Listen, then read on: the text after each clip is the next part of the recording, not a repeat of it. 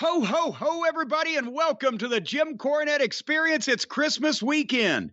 And even though the Grinchy wrestling shows left lumps of coal in our stockings this past week, we're going to try to find the fun side of all the foolishness. And to join me on this trip to Who the Hell Is Thatville, Hawaiian Brian, the podcasting lion, the king of the Arcadian Vanguard Podcast Network, Mr. Co-host to you. If you're impressed when his heart grows 3 sizes in one day, you ought to see the rest of him.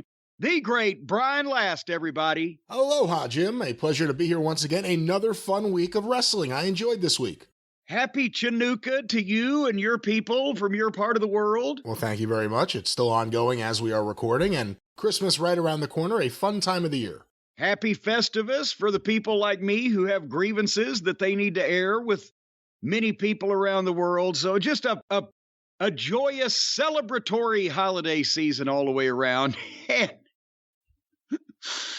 I got to be honest with you, I almost, on both the wrestling programs that have occurred since we last convened that we watched, we talked after Raw, but we hadn't had time to see it yet, but Raw and Dynamite, oh boy, it's almost like they gave those of us who don't like the modern wrestling and the viewers out there, the listeners in the cult of Cornette, it's almost like they said, you know what, we're going to give you a Christmas present.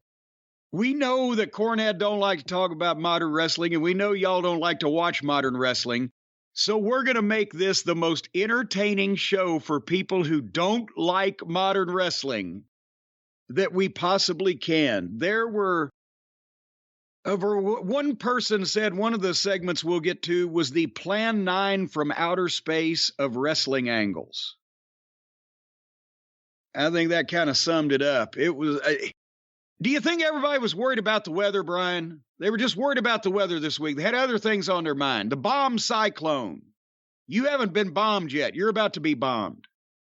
Right now we have some frozen rain. Yeah, well, it's going to get a lot worse. And by the way, I can't even claim that it was worse weather in Louisville than anywhere else. Wyoming got a wind chill of 70 below. The people in Wyoming must be frozen stiff, all 7 of them. But this is ridiculous for the listeners around the world.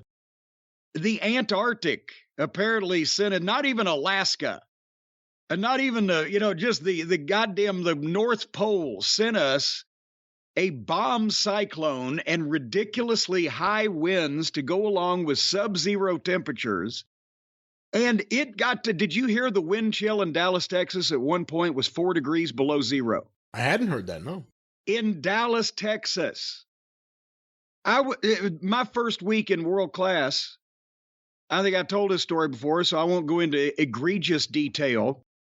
But I woke up the next day in my La Quinta motor inn room after the big New Year's Eve deal, I believe, with Flair and Carey in Fort Worth, where they had to go an hour and Flair had to pull all of his bag of tricks out. But they got like 6 inches of snow in Dallas, and it was like 29 degrees. And that was so unheard of that the whole town shut down, and there were people in the side of the ditch. And, just trying to go across the interstate to the 7-Eleven, you were taking your life in your hands because they hadn't seen anything like that. And they were doing outdoor shows in South Texas in January at high school football fields and shit because it'd be like 50-something degrees at night. So if it got 4 degrees below zero wind chill in Dallas, that was bad. But anyway, I'll have you know, and this is what you got coming. At 4 o'clock yesterday afternoon, it was 49 degrees in Louisville. But 250 miles to the west in St. Louis, it was 5 degrees. And then here in Louisville, by 9 o'clock, the wind was blowing 40-something mile an hour wind gusts. It was down in the 20s. It flash froze all of the rain that had fallen yesterday when it was warm. And it was snowing like a bitch.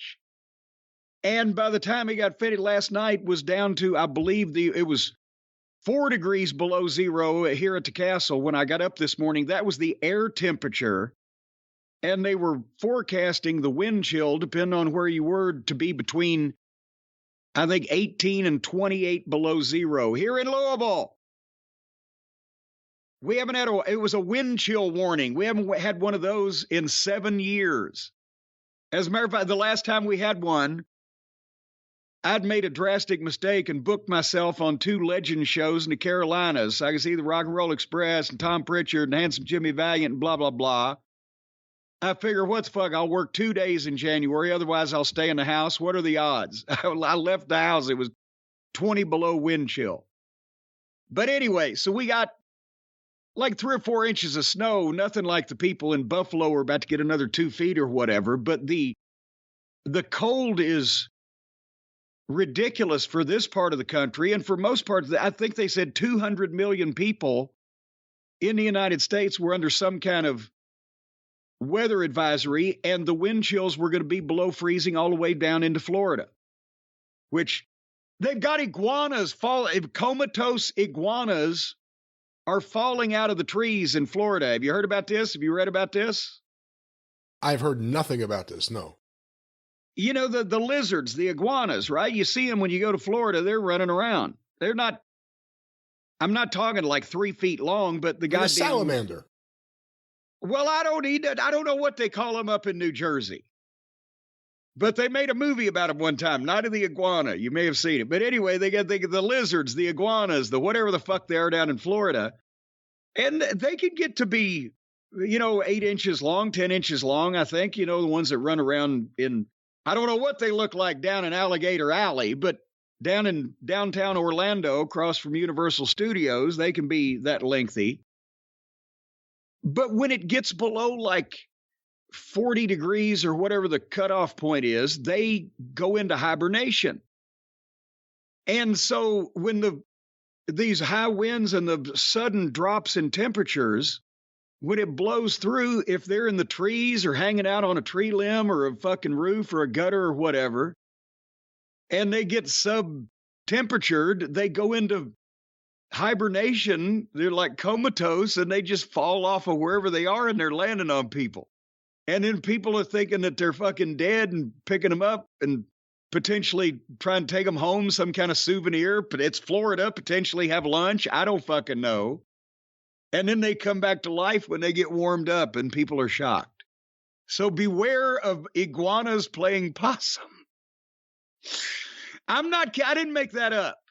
That was on the news. Have you been watching the news lately?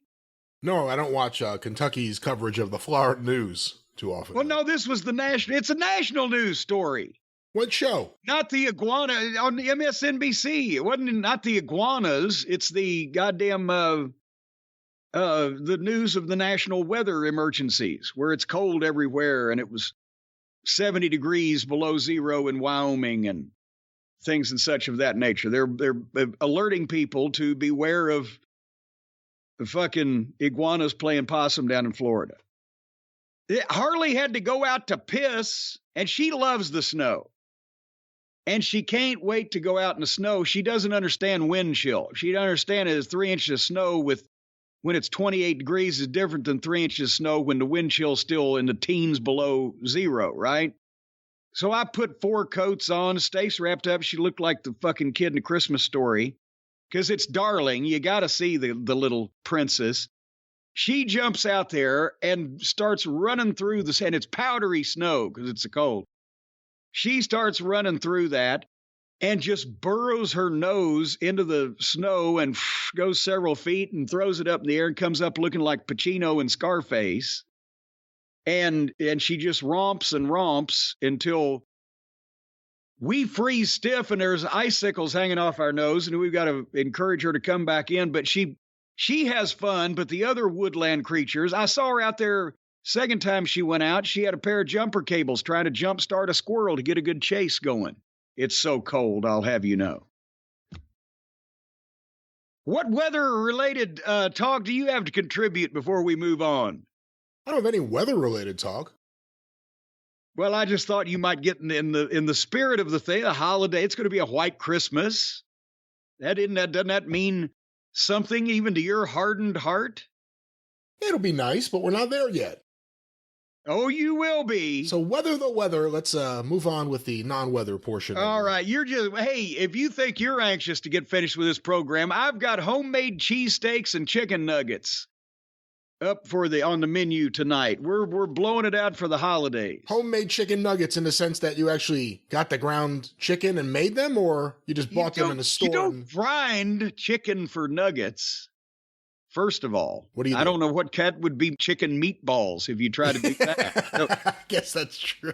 Nevertheless, and we got the shaved beefsteak and the hoagie rolls, and not only some Provel cheese, but also some provolone and some cheese whiz, just in case we want to change it up, along with the onions and the peppers and the mushrooms and the pudding pops. All right, you're gonna just blow out your diet at the end of the year?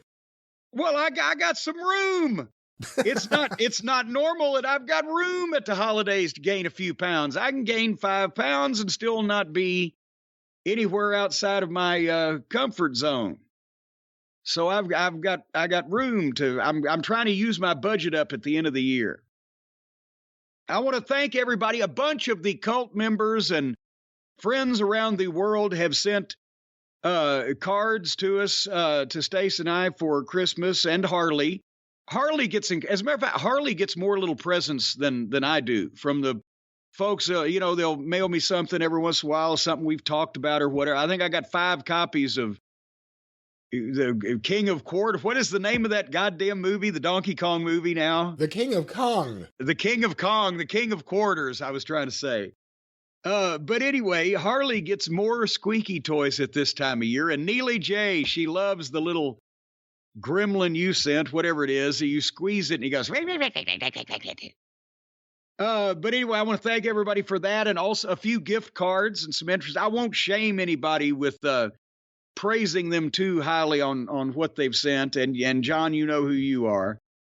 But if you're wondering where your Cornette's Collectibles gifts are this Christmas, well, I'll have you know, as we mentioned on the drive-through a few days ago, everything ordered through December 15th has been signed up and packed up and shipped, and another big batch of stuff is going out right after Christmas that will carry us through December 23rd. So everything is moving along swimmingly. And remember that the store at jimcornette.com will be closed January 1st through the 8th. If you're wanting to use your Christmas money, jump in there by New Year's, because we have to restock and I have to reevaluate the Feather Bottom's progress in trying to streamline everything. They've been doing pretty good with that fuck system, the Feather Bottom's ultra careful handling. But we're going to see it. So we're closed January 1st through the 8th, and then all kinds of big brand new items coming up this year. Stay tuned. Do not miss it. I'm vamping here. Can you tell? Because my emails got flummoxed. I got a couple of shout outs. Aha! Thank you. Number 1, as I'm trying to read my own writing. Hey, it's 20 below zero outside. It's Christmas weekend, and we're still doing this programming. Forgive me for not being as goddamn organized as I usually am. Mark from Hull, England, wrote an email, and he lost his grandfather to cancer this past April. And he's had a hard time with it, but they listened to some of our shows, Brian, together. And Mark says he was a cantankerous, extremely funny, real wordsmith. I often would play him snippets of your show and tell him how much you remind me of him. He would laugh and agree. If I could do a good accent. I don't even know. Now you can't even say British accent, because since I've been over there, I know there's 100 miles down the road, the difference in Birmingham and in London and in, Manchester and various places. But if I could do a good accent, we should work on that, Brian, and do for our UK listeners, do one of the shows sometime, both of us as British as Sebastian Cabot. What kind of British accent? Well, that's what I'm saying. There's different ones. We'd have to study. Maybe we could do it as Cockneys.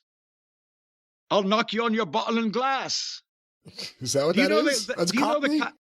There's a Cockney rhyming slang. Adrian Street can do it. He could rattle it off, and he knew everything. And the boys that were versed in that would talk to each other in that way in the dressing room sometimes. They could talk about the American guys right in front of them, and they wouldn't know what the fuck. It's a rhyming slang. So if you're trying to substitute ass, it's bottle and glass ass.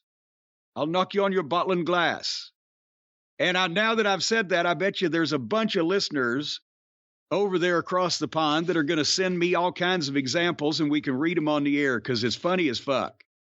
So people say the people in the southern United States have a lot of great sayings and verbiage and etc., but there's some fucking hilarious shit going on over in the UK. In the southern United Kingdom, I guess you're saying. Southern, northern, eastern, western.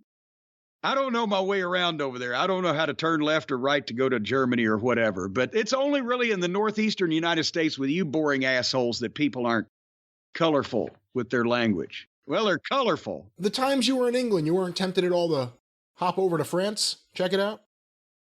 Well, it's not like I was just dicking around for a week with nothing to do. We did have shows. We had 2 and 3 days off at a time, but we had not been to England. The first trip, we hadn't been there before, so we wanted to see a bunch of that. And then the second time, we weren't there as long, still had shows going on, but we're not going to goddamn Paris and Brussels and Vladivostok.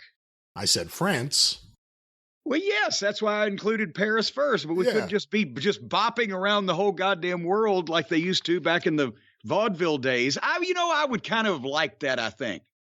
People thought nothing back in those days. You read W.C. Fields' biographies and his own notes and papers that he left behind. And in the days before either flight at all or especially transatlantic flight, when the big major vaudeville performers, Broadway stars or whatever would go on the European tour, they'd get on a boat and it'd be 2 or 3 weeks before they got there or whatever. And then they'd be there for 2 months playing all these different places. And so they'd be actually gone from their homes for like 3 or 4 months at a time, thought nothing of it, because that was the only way to do it back then. It would have made me nervous. Couldn't be away from the home base that long. Back to Mark from Hull. Mark, we're sorry to hear about your grandfather, but thank you again for checking in with us and letting us know that we can do something to help you out, to especially the raccoon intruder stories, he says, are a particular highlight. And also, wait a minute, hold on here. So he wants more raccoons, is what he's saying. More raccoons. Well, we're out of coon season right now, to be honest with you. It's too cold. They've gone wherever they've gone. As a matter of fact, we had a tree cut down on a neighbor's property to the left here a couple weeks ago. And the power company actually came, took the top of it out, and Corky the lumberjack's taking care of the rest. Because it was dead and it was near the power lines. But as the guy was up, I was watching out the office window with the binoculars, as a matter of fact. I like to see the procedure they go through when they're 60, 70 feet up in these fucking trees. I'm thinking, holy shit. And as soon as he was sawing with the power saw or the chainsaw and this one big limb and the other rest of the crew's down at the bottom, this fucking, I don't know whether it was a possum or a raccoon. I couldn't see because it was very fast and it was dodging, but it came out of a goddamn knothole and shot around the stalk of that tree and ran off across the road into the woods. So apparently he was rousted out. Anyway, we mentioned a couple of shows ago, I think you were reading a fan question. It may have been the drive-through. Because he said he was John from Cincinnati, not that one. Right, well, I remember that. Yeah. Yes, and immediately he was referring to John Moxley of Cincinnati, right? But the place that I immediately went to mentally was John Mills. And you said John Mills, because did you even remember who John Mills was, or having heard his name? I did not know. Okay. Well, John Mills from Cincinnati was a devoted fan and a kind of he was an official photographer. I think he did some work for the magazines, and maybe later on in the 80s, he started coming down also to Louisville, because Cincinnati and Louisville is only like 90 miles apart. And because me and Eddie Gilbert, all of the Memphis photographers had gotten to business. So he was taking up some of the slack. Even fucking Sam Lowe, for heaven's sake, became a manager. But anyway, John was one of the guys, though, in Cincinnati that had been there as long as, anybody could remember going to the matches. And so James wrote an email saying, "Hi, Jim and Brian. I wanted to thank you for mentioning John Mills on the show the other day. John passed away 8 to 10 years back, but for a short while, I ended up in immediate contact with him nearly every day. Like most who are at that weird level of wrestling, he seemed to be missing a few of his marbles. He would call me at 2 a.m. and say, 'What, are you sleeping? Let's call the one-man gang.' And before I could advise him that I didn't want to piss off a massive man like the gang, he'd be dialing on three-way and waking up the Akeem the African Dream himself to talk about nothing in particular for what felt like hours." Here's John, and now to describe John Mills, he was kind of short, and I'm not saying he wasn't a fat guy, but he was a little dumpy. It's not like he had an athletic build, and he had long hair and just kind of scruffy beard. And usually I remember him wearing a cap a lot of times. So the next line got me. "John always told me he was Jay Idol on the indie scene, but I never ever saw footage of this. He also claimed to, like you, have been a Memphis photographer and that he had ties to The Undertaker and other big names who remembered him fondly." That's what I'm saying. In the late 80s, when Mark had showed up as Master of Pain in Memphis, John Mills would come down and shoot pictures at the Louisville Gardens. "I was tied to him for a few months as he and I both booked talent to go to the Fiasco in Frisco in 2007, the fan festival where no one was paid. Lex Luger had a muscle stroke, leaving him in the shape he's in now, and the promoter ran in fear from the likes of Roddy Piper chasing their booking fee." You remember that, right? The Cow Palace. Oh, I can never forget that, of course. And again, for the younger listeners, who was the promoter? Do you remember what entity or the guy's name? But this guy he may have been around mixed martial arts before, but I'd never heard his name in wrestling. And he booked not only mixed martial artists and UFC fighters, but also every name in wrestling practically that could be had for any price, wasn't under contract to Vince, for this big fan convention and fan fest in the Cow Palace in San Francisco back in 2007. And the Midnight Express were booked on it. They never even sent them a plane ticket, so they didn't go, thankfully.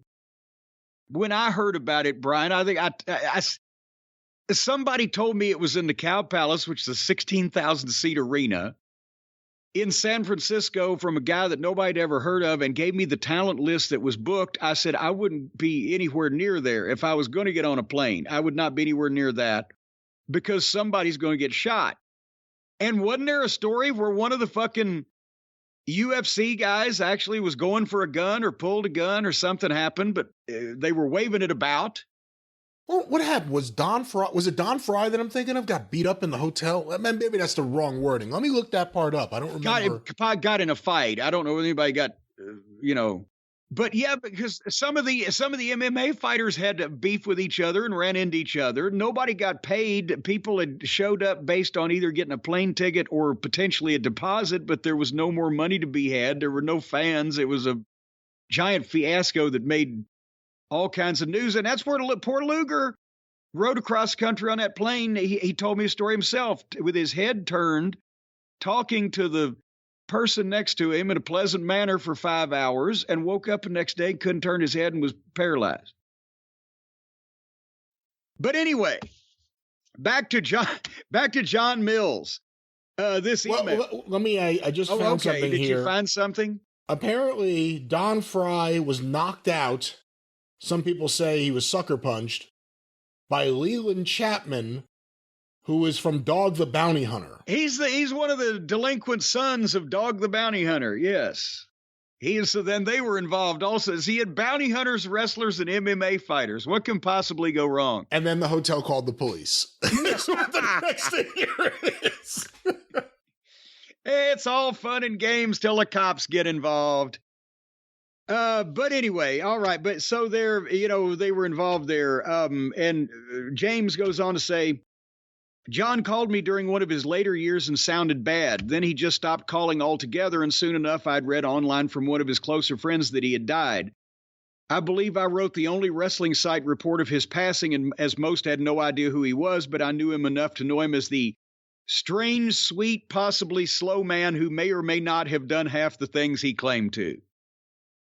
And that's, again, that's the kind of people you at least used to run into around the matches in the wrestling business. And if you knew enough not to potentially believe everything you heard, then they were fucking fascinating. And back then, nobody was doing it to try to get rich or get on national TV because they knew they weren't going to do either. They just loved wrestling or bullshitting people into thinking they were somebody.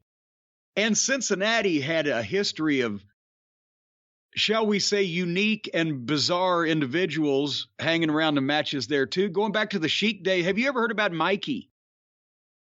No. From Cincinnati? No. Oh my God, have mercy. Okay, as the Cincinnati Gardens was an old building. I think they tore it down here a while back, I guess.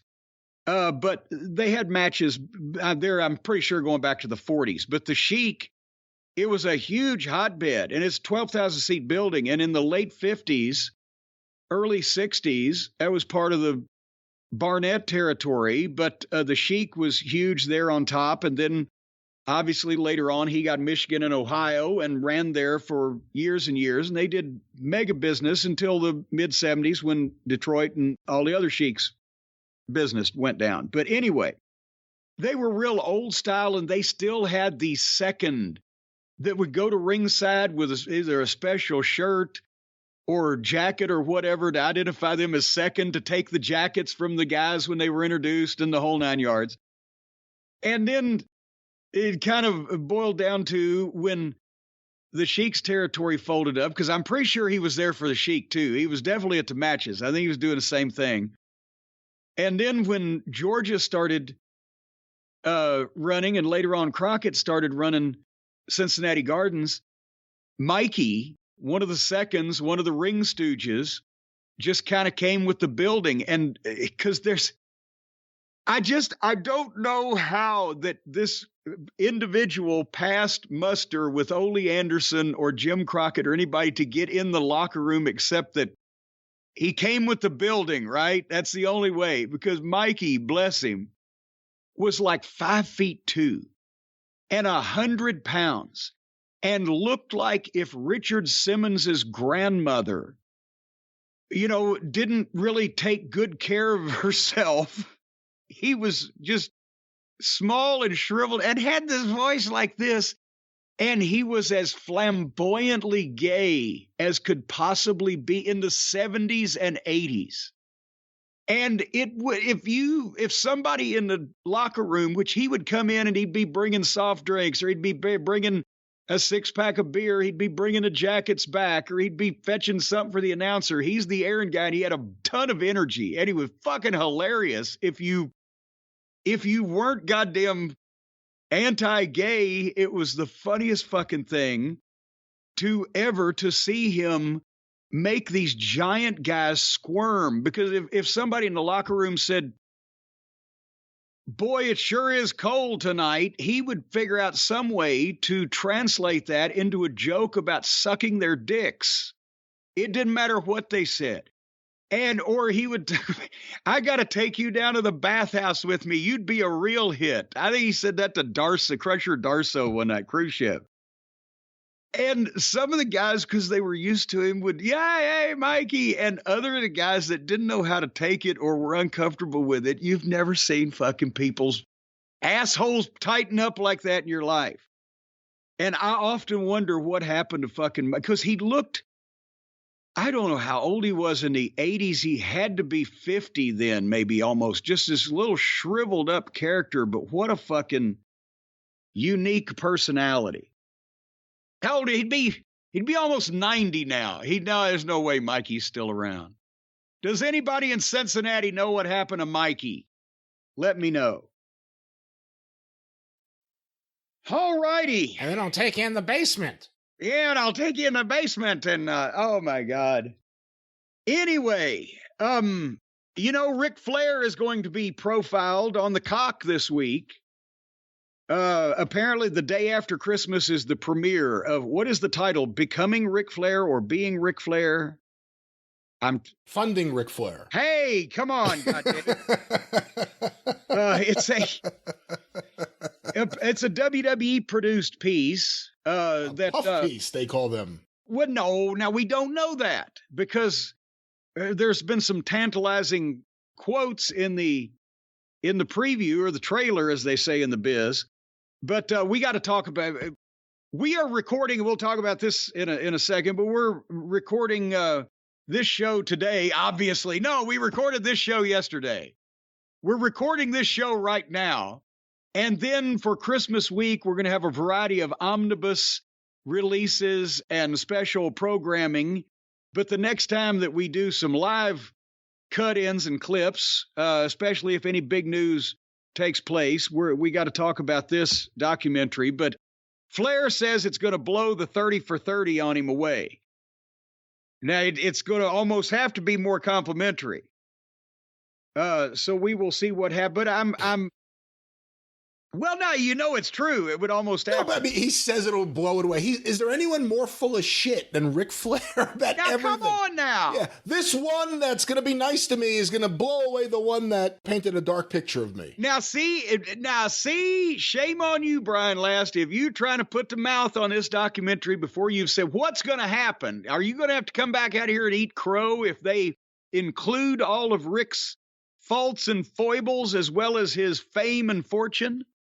We'll see. If there's a 5-minute section about him flashing women or hitting them with his penis unsuspectingly. How much time do you think this thing has? They've got to get everything in. They've only got a couple hours. I don't think they can give proper time to bopping people on the head with nevertheless. There should be a disclaimer at the end of it. Ric Flair was paid this amount of money to be here and this amount of money to say nice things about this. Now, there should be a disclaimer. To say nice things about himself? We paid him to say nice things about himself. I don't know. Now, was he paid to be a part of this? One wonders. I wonder if that's the case. Wasn't it last year he said he would never do anything with WWE ever again if Nick Khan was there? I don't think Nick was in the room at the time that they shot this. He wasn't anywhere. I think he was back. He only runs the company. He only runs the company. He didn't have anything to do with his shoot. Well, no, now here's an interesting, we've got to check into this, or we'll have a report on this. Is it WWE produced or just WWE authorized and an independent production company and or like the Teddy Hart thing was or WWE. Producer? Yeah, so we need to make that delineation before we slander anyone with any specificity. So we'll find all that out when we give the report on. The real truth of the matter is, as a fan of documentary films, the documentary that would be great would just be the real Ric Flair story told. Just, wham, bam, here it all is, without any cooperation. Just here's the fucking story. We all know the story. Here's what it is. That would be amazing. But when it's going to be another, we'll see. If I'm wrong, if I'm proved wrong, I'll say it. But I kind of have a good feeling I know what this is going to be before I see it. Do you think the best documentaries on anyone or anything are done when the person is already dead and can't be a part of it? When Ken Burns does the history of the Negro Leagues in baseball or the national parks or the whatever the fuck, and they're giving the unvarnished history of here's what actually happened rather than, well, here's this guy's best friend and here's his mortal enemy and here's what he has to say for himself. You know what? I'm a big fan of Walter Isaacson. He's written many great biographies. He did an Einstein biography. Obviously, he had no contact with Einstein. When Steve Jobs found out he was definitely dying and nothing was going to change that, he reached out to Walter Isaacson and said, I want you to do my biography. I want it to be honest. I want it to be everything. I'll give you complete access to me. And the access helped. It was very honest about a lot of the dark side of Steve Jobs, his personal life and everything else. But that's a case where the access helped. But typically, the only thing you wonder when you do something like that is if you have a documentary about Jim Cornette and it's produced 75 years from now, and there's no one in the documentary that actually knew Jim Cornette or knew people that knew Jim Cornette or even listened in real time. Like, there's nothing. There's no... Well, I would cooperate still. Well, you'd be long gone by then. Well, now, wait a minute. You're only giving me another 70 years? Long gone. But the point is, then you have a different evaluation of what was happening all these years ago by people who weren't even there. So it does change things, whether you have the cooperation or not, but it doesn't necessarily mean something will be good or bad. But it does also give you the historical perspective that, 36 years after all this happened, we discovered that Bruce Wayne really was indeed the Batman or whatever. So then you get to know how the story actually comes out and the impact it had on and in what way it shaped future events in that genre or whatever. Like the real-time Watergate coverage, which led into the book, and then, of course, the movie, All the President's Men, that coverage has been expanded, and of course now we know who Deep Throat was, but by and large, that's still the coverage. Nothing's been debunked or anything. It's not like Woodward and Bernstein. The movie may have done all sorts of shit, but no one says like Woodward and Bernstein's coverage was bullshit, but we've just expanded what we know. So there's a case of the real-time story being in print, and it worked out. But I mean, when you read like old baseball stories from the 60s or something, in real time, a lot of those writers were friends or drinking buddies with the players or just drinking buddies with anyone who would drink with them. And, it's a different kind of coverage than you would get years later. Well, a lot of those reporters were just old souses, just hanging around the bars, trying to get scoops. But meanwhile, today in the modern world, like here at the Experience or at the Drive-Thru or the Arcadian Vanguard Network, we have dedicated and sober sources, right, that are out here investigating all these newsworthy events. And Brian, since it's Christmas week, we've given some of the minions a little time off to spend with their various families. Some of them have more than one family, so they've got to sort that out, how they split that up. But, as a matter of fact, Sharknado, understand, has 3 different wives in 3 different fucking states. Leave him alone. Well, but he doesn't get to see the one down in Des Moines very often. But anyway, so you have been assigned to cover the Advice to the Lovelorn beat this week, and you've got an update on Riddle's romance report. Matt Riddle is in the news. He is apparently a ladies' man to the point where we never dreamed. He's got all these women. The problem is all of them hate him. He is able to get more heat with the women in his life than anybody in the wrestling business today can get in the ring. And I've been trying to piece this together, but all I've been able to ascertain, that's why I asked you to do some research and some of these tweets and posts. He was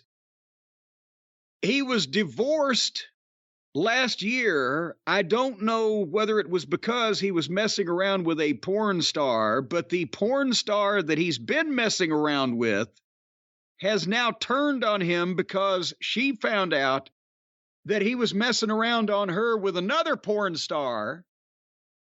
And I'm thinking, how does this mush-mouthed, oblivious simpleton get all these women to begin with? But then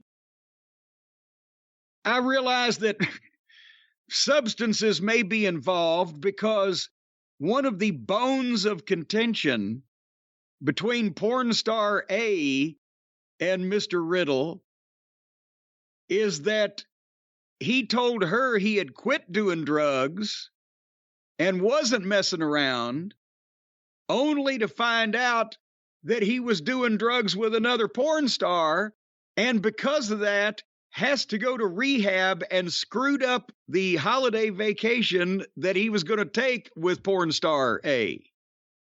Have I kind of got the Reader's Digest version of this thing? I think so. I really don't know what is going on over there. So the last we had heard was he was suspended, or I guess it's never even been confirmed by WWE. We had just been told that it was reported that he was suspended. Well, it was reported with the specificity of he's basically failed his second drug test, and so he's been and I don't know whether you can say ordered, but he has been told, go to rehab or elsewise you're going to get fired. So he went to rehab rather than the other thing. So I guess that's technically suspended while he's in rehab. So when that happened, at the same time, there were other fans talking about this. We didn't talk about it on the show because it wasn't even in any of the articles we read about it, but people were also jumping on the fact that he had a new girlfriend, and this one being an adult film star, I believe, let me get her name here, Misha Montana. And I know her and her brother Missoula. Well, apparently he's been dating Misha Montana, and where the controversy from this part of his life, the Boogie Nights part of his life, kicked into effect, was another adult film star, Jordan Max. Hey folks, she's in Las Vegas from the 2nd to the 9th. What, you got any contact information? Someone tweeted her an image of Misha Montana with Matt Riddle and them kissing each other, and this is what she tweeted out. Does it make you feel better about yourself to kick people when they're down? Try to imagine, for 1 second, the man you've spent the last 6 months with, who said I love you for the first time 2 months ago, is all of a sudden making out with someone else, and this is all in caps, who is in your industry. And then, rather than keeping plans for Christmas and New Year's Eve, he's going to rehab. Do you have any idea how confusing and hurtful that is? And then I guess someone made another comment and she added this. Adding this here since it seems many of you are overlooking it. I'm not mad that he's in rehab. He told me he quit drugs, and then to find out he's A, with another girl, B, doing those drugs with her, and C, failing drug tests so he has to go to rehab for it, is disappointing. I do hope that he takes rehab seriously and gets the help he so desperately needs so that he can be the best version of who he is for his future partners, his kids, and himself. I must say, rather... and his future endeavors. A rather sober and well-stated statement there from Jordan Max. And so now, how old is this guy again? We've said he's what, mid-30s, late 30s? He's got an ex-wife, he's got a couple of kids, and he's fucking around on a porn star with another porn star. And he's currently in rehab. While he has a job where I assume he grosses a significant amount of money, being a national television celebrity. 36 years old. Yeah, and if he was 22 in college, maybe, or whatever the fuck, but at almost 40, for fuck's sake, with children and a wife and 2 porn stars to support. Jesus Christ. Well, apparently we now know it's no fucking gimmick. He's just an eggplant. Matt Riddle issued a tweet on the 21st, 3:01 p.m. It's an image of him with, so I'm assuming this is Misha Montana. And it says, I've been working a lot on myself lately, and I've been saying no and setting boundaries for the first time ever, and certain people aren't happy about it. But I couldn't be healthier or happier. Thank you all for the support. And he looks fucked up in this photo. And this is all playing out on social media. That's the other thing. It's one thing, all this unnecessary drama happening in someone's private life and all the damage that does. It's all playing out in public. That's kind of shitty too. Well, yeah, and for people who say, well, you're kicking Riddle when he's down. Well, of course I do. It's easier, as Roddy would say. If he and everybody in his immediate romantic circle weren't doing this on goddamn Twitter or whatever, then we probably wouldn't be talking about it, would we? Well, let me ask you this. And by the way, another woman, and I don't know who this is, another woman who may be a wrestler put on Twitter a couple of videos accusing Matt Riddle of abuse also in the last couple days. Considering that it appears they have let Mandy Rose go for what she was doing,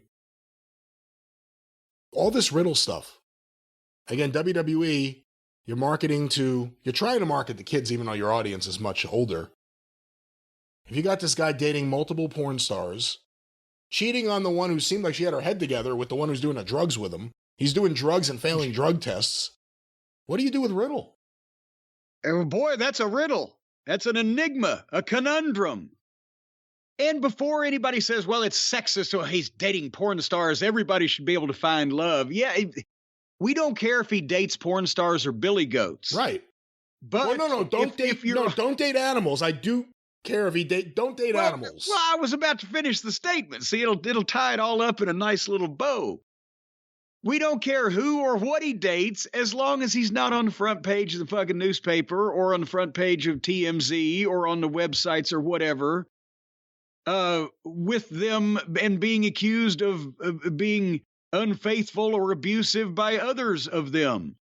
That's where it comes in. And then, again, Mandy Rose had, her little tatas under the water in the pool, but if you have a picture of your Fox Network television SmackDown star on TMZ with his arm around Missoula, Montana, who's, the fucking girls are propped up there for all the world to see. And then, we'll look up Missoula, Montana, and we see her with, 17 guys over at the drive-in theater in the fucking movie that she just released.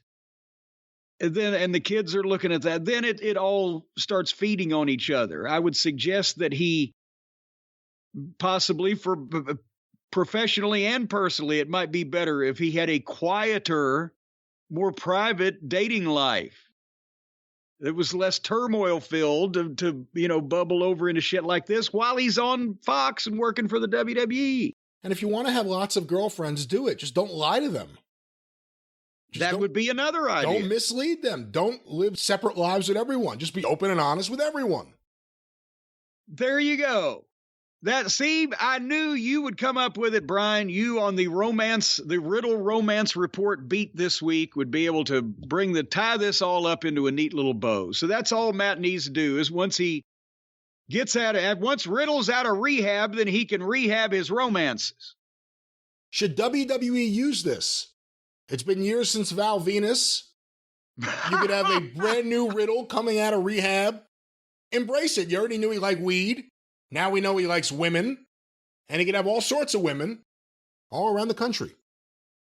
Yeah, but then we'd still have to listen to him talk. That's the thing. When you listen to this fucking eggplant talk, I guess maybe we're not dealing with any fucking brain scientists or rocket surgeons over on the other side either. But, can you imagine sitting around the dinner table or the coffee table at the Riddle household listening to the various conversation going, hey, you want to hit my bongo, man?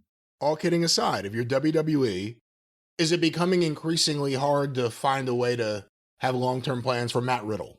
Yeah, honestly, and being serious, that's the problem is... And maybe not so much that they can say, hey, knock it off on the fucking website with the porn stars or whatever. But if this is a second drug test and it's not weed, which is, to be honest, he might have a defense against, even if they were pushing it because he's, well, it's my gimmick. I'm doing, fucking research, method acting or whatever. But it's obviously not that. And it's the second time and he's getting bad publicity outside that as well. I don't think you sit down and go, oh, for the next year, we can do this thing with Riddle and it'll culminate with this big thing and have any confidence in that. He's popular and he's under contract and, they're going to try to figure out something to do with him if he straightens out and when he gets his shit together. But at the same time, I don't think they're going to be anxious to put a lot of responsibility and a lot of work and a lot of planning into him. And a lot of times when you get put on the back burner like that, they find out that, you know what, we can kind of do this without you. So that's what he has to watch out for is the next round of when the contracts are up. Is he going to get Braun Strowman? Because it was like he's making that. How much money for that? Regardless, that's the thing is confidence in a guy that you can count on and depend on. And a lot of times, when fans say, well, this talent decision was incomprehensible. Why did they push this guy over that guy or do this and not do this with that guy? Sometimes it's not because the guy was the shits. It's because they didn't figure they could trust him or count on him or depend on him for long term or whatever, for whatever reason, injuries or habits or attitude or whatever. That's where a lot of that kind of, a lot of times it is incomprehensible. Johnny Gargano's on TV. I don't care how dependable that motherfucker is. I don't care if he goddamn saves children from burning buildings on his days off. There's got to be some limit somewhere. But anyway, we wish Mr. Riddle the best, don't we, Brian? I don't know.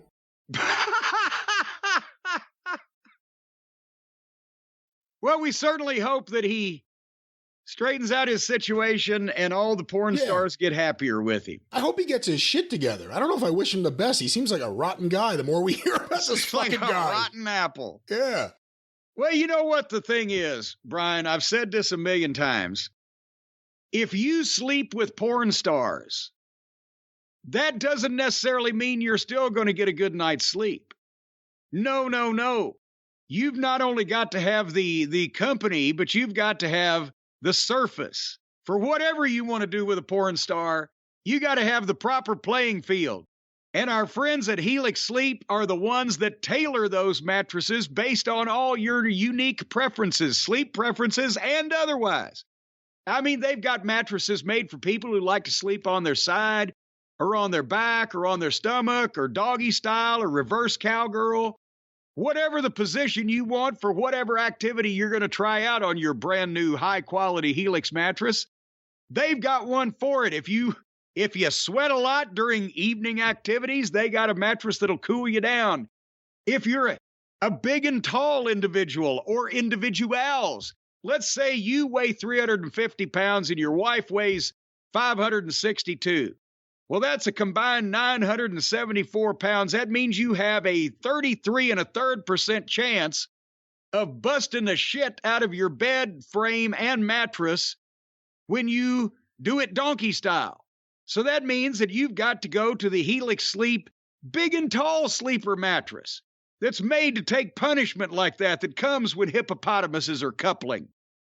Folks, when you go to helixsleep.com, you take just a 2-minute quiz.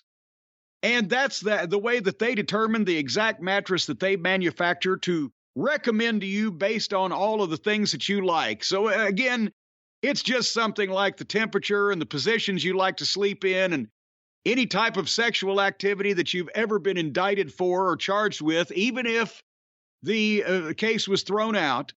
You just put that in the Helix Sleep quiz, and they will tell you the mattress to get. These mattresses are American-made by Cracky, and they come with a 10 or 15-year warranty, depending on the model. So in the next 10 or 15 years, depending on the model you're sleeping with and the model you're sleeping on, everything should go well. And remember, you get to try it out for 100 nights risk-free. I'm not talking about the model you're sleeping with. I'm talking about the model you're sleeping on. The model you're sleeping with has risks every single day. If you don't love it, but I know you will, but if you don't, they'll pick it up for you and give you a full refund. I'm talking about the model you're sleeping on. Again, not the model you're sleeping with. The money you spend on that cannot be refunded. But folks, right now, if you want to go to helixsleep.com/JC, there it is. There it is. It's in very tiny print, folks. helixsleep.com/JCE. They're offering up to $200 off all mattress orders and 2 free pillows for our listeners, because our listeners like to sleep the sleep of the blissful. helixsleep.com/JCE, up to $200 off all mattress orders and 2 free pillows. Whether it's the model you're sleeping on or the model you're sleeping with, everybody's going to be happy with a Helix Sleep mattress. Well, it's supposed to be a celebratory, happy, joyous holiday season, but some people in the wrestling world are not happy. They're not happy with their lot in life. They're not happy with each other. They're not happy with something. We got a little section of that today, and we got to start with Miro. Our friend Miro, the Bulgarian beast. Apparently, it's now being reported he has not been, we've been saying, where's Miro? Why, since he quit playing video games with his little friend Pip and became a monster and a beast, he was, the promos, he was mad at God and his neck of sand, and we didn't exactly know what the fuck was going on there, but he got in the ring and beat some people up and looked like a monster, and they need one. So where's Miro, we've been asking. He was mad at God, and God got his revenge by keeping him off TV for the rest of his life. Keeping him off TV. But no, actually, I don't know if God don't smite people like he used to. Back in the biblical days, he had some good ways for revenge. Plague and pestilence. I don't know if sitting home getting paid is good revenge is God gone soft like the rest of society? That's revenge these days. Sit home, take this check. Go about your business. We'll call you if we need you. Well, again, everyone. Go ahead. Well, I was going to say, everyone's been wondering, where is Miro? There have been no answers from AEW. Miro hasn't said anything. We don't know if he's held to a confidentiality agreement, which AEW loves to do. So everyone's just been speculating. And coming out of that, his wife, CJ Perry, the former Lana in WWE, was speaking recently on WMAY 92.7, and here is a quote: "Rusev Day will never die. It's always going to be around. The kids are going to want to sing it, and I'm sure it will make a return in WWE at some point. Rusev, well, whatever he shows up back in, whatever friggin' name or gimmick or character he returns at some point in WWE is going to be iconic. That's the great thing about wrestling, is it doesn't matter what company you work for, what promotion, anything can happen. Let's be honest. We know that everyone always returns back to WWE at some point." Wow. So let's stop there. That's his wife.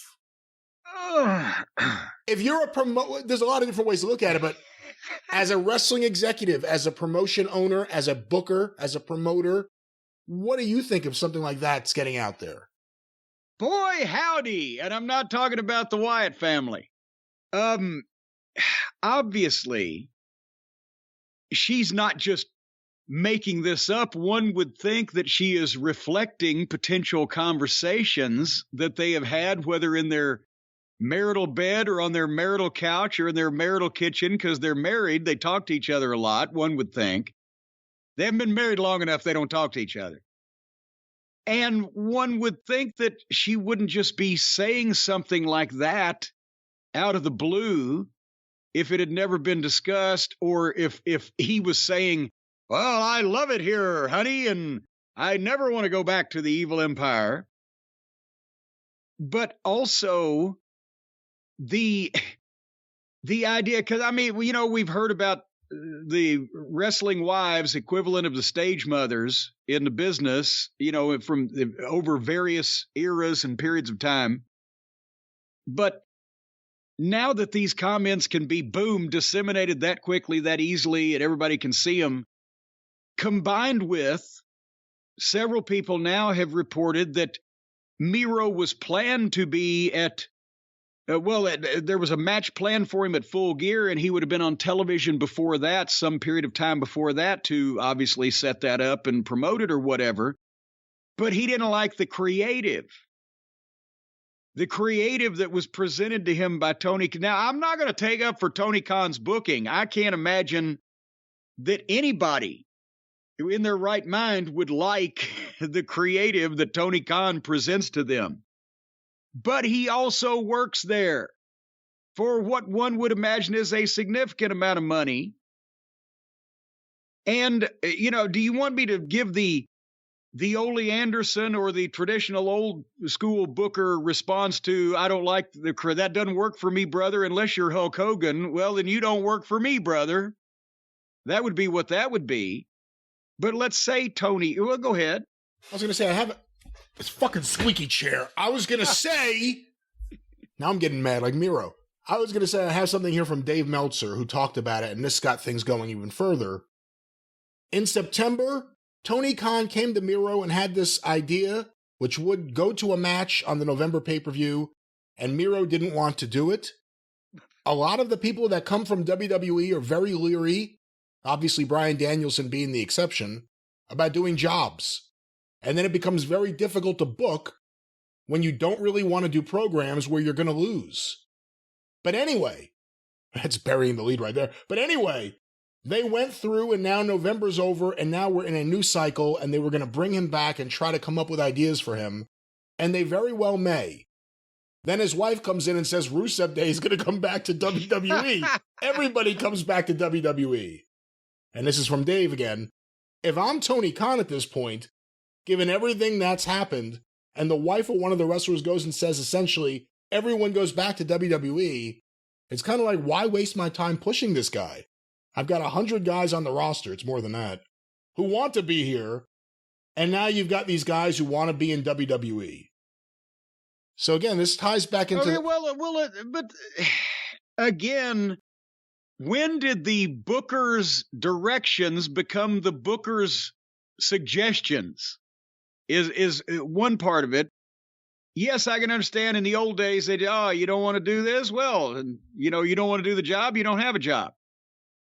But if Tony wants to be talent friendly, he's paying the fucking guy. Unless Miro somehow got a screwy deal that none of the other regular folks on television or on the roster have, he's getting a check whether he shows up or however many times he shows up, right? So the Bulgarian Brute, yes, he did take time off to do some kind of acting thing or whatever. But then when that's done, if I was Tony Khan, I'd say, okay, we're going to bring you back. We're going to do this and that. Oh, you don't like that? Well, let's say he wants to work with the guy. All right, then I tell you what, you're going to be at TV every week because you work here and you're going to beat somebody in 4 minutes on YouTube. And every once in a while, maybe every 4 weeks, I got a 2-hour television program on Wednesday and an hour on Friday. I'll put you in and you're going to fucking beat somebody every once a month or so for the next couple months on TV to make sure people remember you're still around and what the fuck you look like. And I'm going to come up with another idea. And if you don't like that one, then you're going to be at TV every week and you're going to be wrestling on YouTube. But you're not going to be beating people. You're going to be putting them fucking over. But one way or another, you're coming to work and you're going to do something. I want to be booked strong again, like when I was with Kip. Well, and then we'll bring Kip and we'll fucking shove him up your ass like a goddamn marital aid from fucking Hong Kong. And you can fucking walk around with him and every time you fart, it'll whistle Dixie out his nose. But you're going to be on goddamn television. Well, after all this, Miro took to Twitter. And he tweeted at Dave Meltzer, "What happened between January and June?" To which Dave responded, "Why don't you tell us?" What happened between January and June? Some people were saying it was a hamstring injury, and other people were saying he's referring to the acting gig that we were told he was doing, and it already aired months ago at this point. So I don't know. Again, why don't you just come out and say what the fuck's going on? I don't have any idea. But, they started him out in one of the worst gimmicks ever. Then he was off TV for a while. Then he comes back and he looks impressive and people seem to get into him and he's being serious. And then he disappears again and now he don't like creative. And his wife says, everybody always comes back to Rick's. Play it again, Sam. They're going to play Rusev Day again. So what do you do for Tony Khan? I'd sit down with him. I'd say, look here. And here's the thing, if he was going to do a job on a pay-per-view, if creative in any way was good, or if he had any idea of how to make it better, because here's another thing. I learned this very early on from all the veterans in the business. If the booker comes to you with an idea you don't like, you better have another one to pitch to him that you do like, that he'll like better, or at least know how to make his palatable to yourself, or you ain't going to last long in the wrestling business. So if I was Tony, I'd sit down with the guy and say, okay, we wanted you to be on TV and beat some people and get some heat on a guy and go to the pay-per-view and do the job with whoever this was. And depending on who it was, I could be offended by the idea or not. If he wanted to do a job for pockets, I don't blame him for saying, fuck you. If it was for Bryan Danielson or whatever, that might be a different story. But I would sit down and say, okay, what do you want to do? And then I would see if he had an idea. If he had an idea and it was in any way palatable to me, I'd try to work it in. Maybe not after fucking Lana's comments, but with the situation that has existed so far. And if it was completely ridiculous or out of order, I'd say, well, we're going to think on it, but you're going to be on TV every week or at TV every week, available to us. You're going to wrestle on YouTube. If you keep getting your check, keep putting your boots on. And then we'll should he keep getting his check? I mean, you're talking about how to use him. I'm saying, should he keep getting his check? That's another thing. If he don't want to come and just work, even if it's just matches, even to win, to lose, or whatever, just know when you get me in something, I'll come back. Then in that case, here's what's going to happen. You're breaching your deal, and we will hold you to it because now you're wanting to fucking go back where the grass is greener over the septic tank. So we're going to hold you to your deal, but we're going to suspend it or freeze it, or we're going to do whatever we got to do. And you can come and you can do some jobs for us, and we'll get something out of you at long last. And then when your contract is up, you can do whatever you want, or you're not going to get paid at all, or something, some combination of those things. But what the fuck? I didn't like his creative. Well, welcome to the wrestling business. Figure out a way to fucking make it better and get it over, or goddamn suggest something else completely, or fucking just come to work if you want your check. What if Miro announces that he has a son in NXT, that he's adopted a wrestler, and that's now his son, and he'd like to go work with his son? Should Tony let him out of the contract? You know, I heard they were bringing up a new Russian talent to NXT, Vladimir Chapikakov. Yeah, I think that one may have been used. That one may have been used for this generation. What's the rule in wrestling? You got to wait 3 years before you recycle angles. Yeah. I think it'll be another 3 years.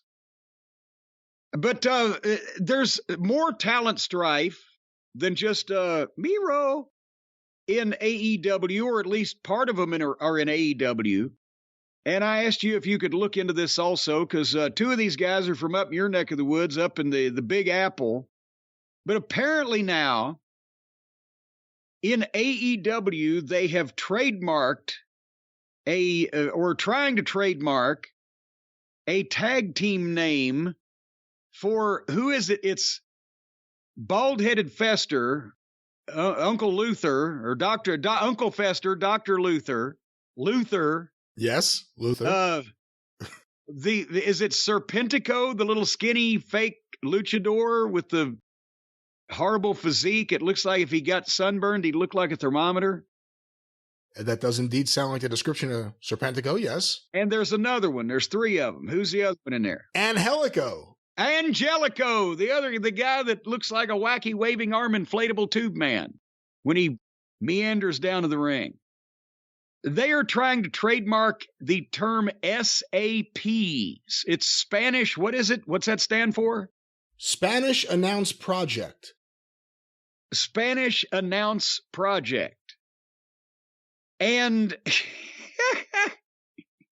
the SAP, Spanish Announce Project, has drawn quite a bit of ire from the Maximo brothers, who longtime fans may remember for the past 20 years on the independents, not so much anymore. They've had a long career already, but they were the Spanish announce team, the SAT. So now not only are some longtime fans up in arms that Tony, the wrestler-friendly company, and that these guys that are in the business, it's not like these guys are a secret, the SAT. Everybody in the wrestling business, especially that spent time on the indies, would know that that's these guys' name.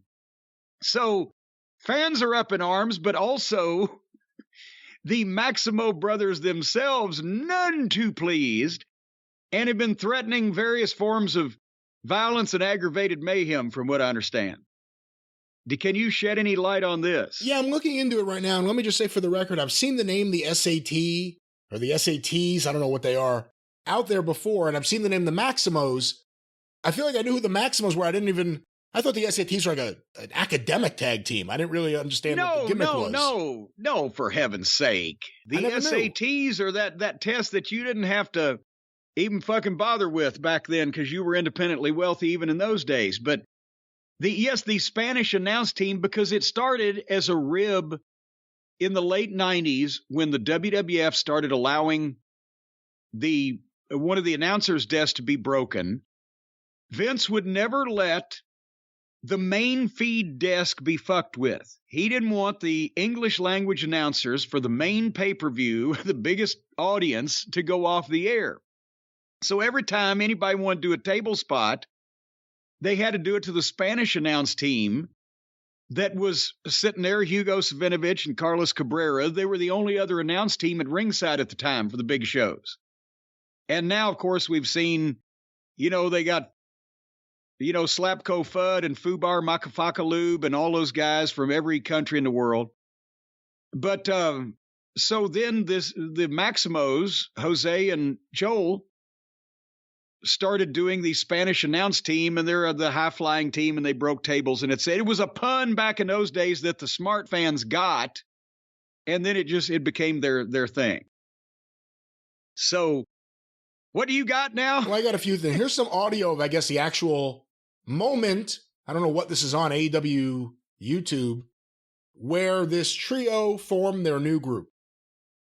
Announce position, the commentators you hear, and Heckel and Serpentico, but in the ring, worlds will collide, because in the ring, they will be the Spanish announce project.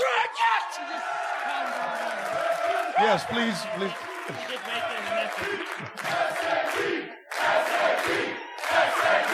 Yeah, so they stole their gimmick in 2 seconds. It sounds like they're on the fucking set of a game show also, and poor Tony Schiavone needs to drink some honey or warm tea or something. He's overdoing it with his voice. He sounded bad for a while, actually, like vocally. Like it sounds, his voice has sounded noticeably rougher for months now.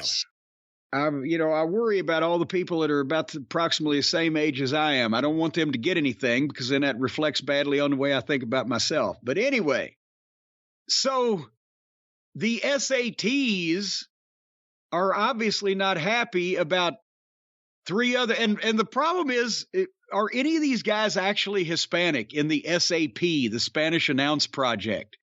Luther's not. He's from Canada. Right. Angelico looks like he's from goddamn Santa Monica. I think I want to say I heard he's from South Africa, but maybe I'm what? Wrong. Yeah. Okay, well that ain't Spain or Spanish or Hispanic. Hold on, I have a little more audio. Okay. You heard it. Now, this is actually fantastic news. Not only can you all enjoy my expertise inside the ring, but now you'll get to enjoy it verbally and in Spanish. Wait a minute. I've seen him. He's big and tall and lanky, and he and Jack Evans try to do all the flips and shit. But my God, the voice sounds like Pierce Morgan on helium. That's his voice? Is this really the Spanish announce team for AEW? And Helico and Serpentico? Is Serpentico, is he Hispanic in any way? I don't know. Actually, I don't know anything about this guy other than he's been teaming with Luther since the beginning of AEW because Jericho got Luther a job. Yeah, and he's about 145 pounds, and he dresses up as a luchador, but he's never actually wrestled in Mexico that I'm aware of. Or I guess they have recently, but it's not like he came from Mexico. He's not an original luchador that is...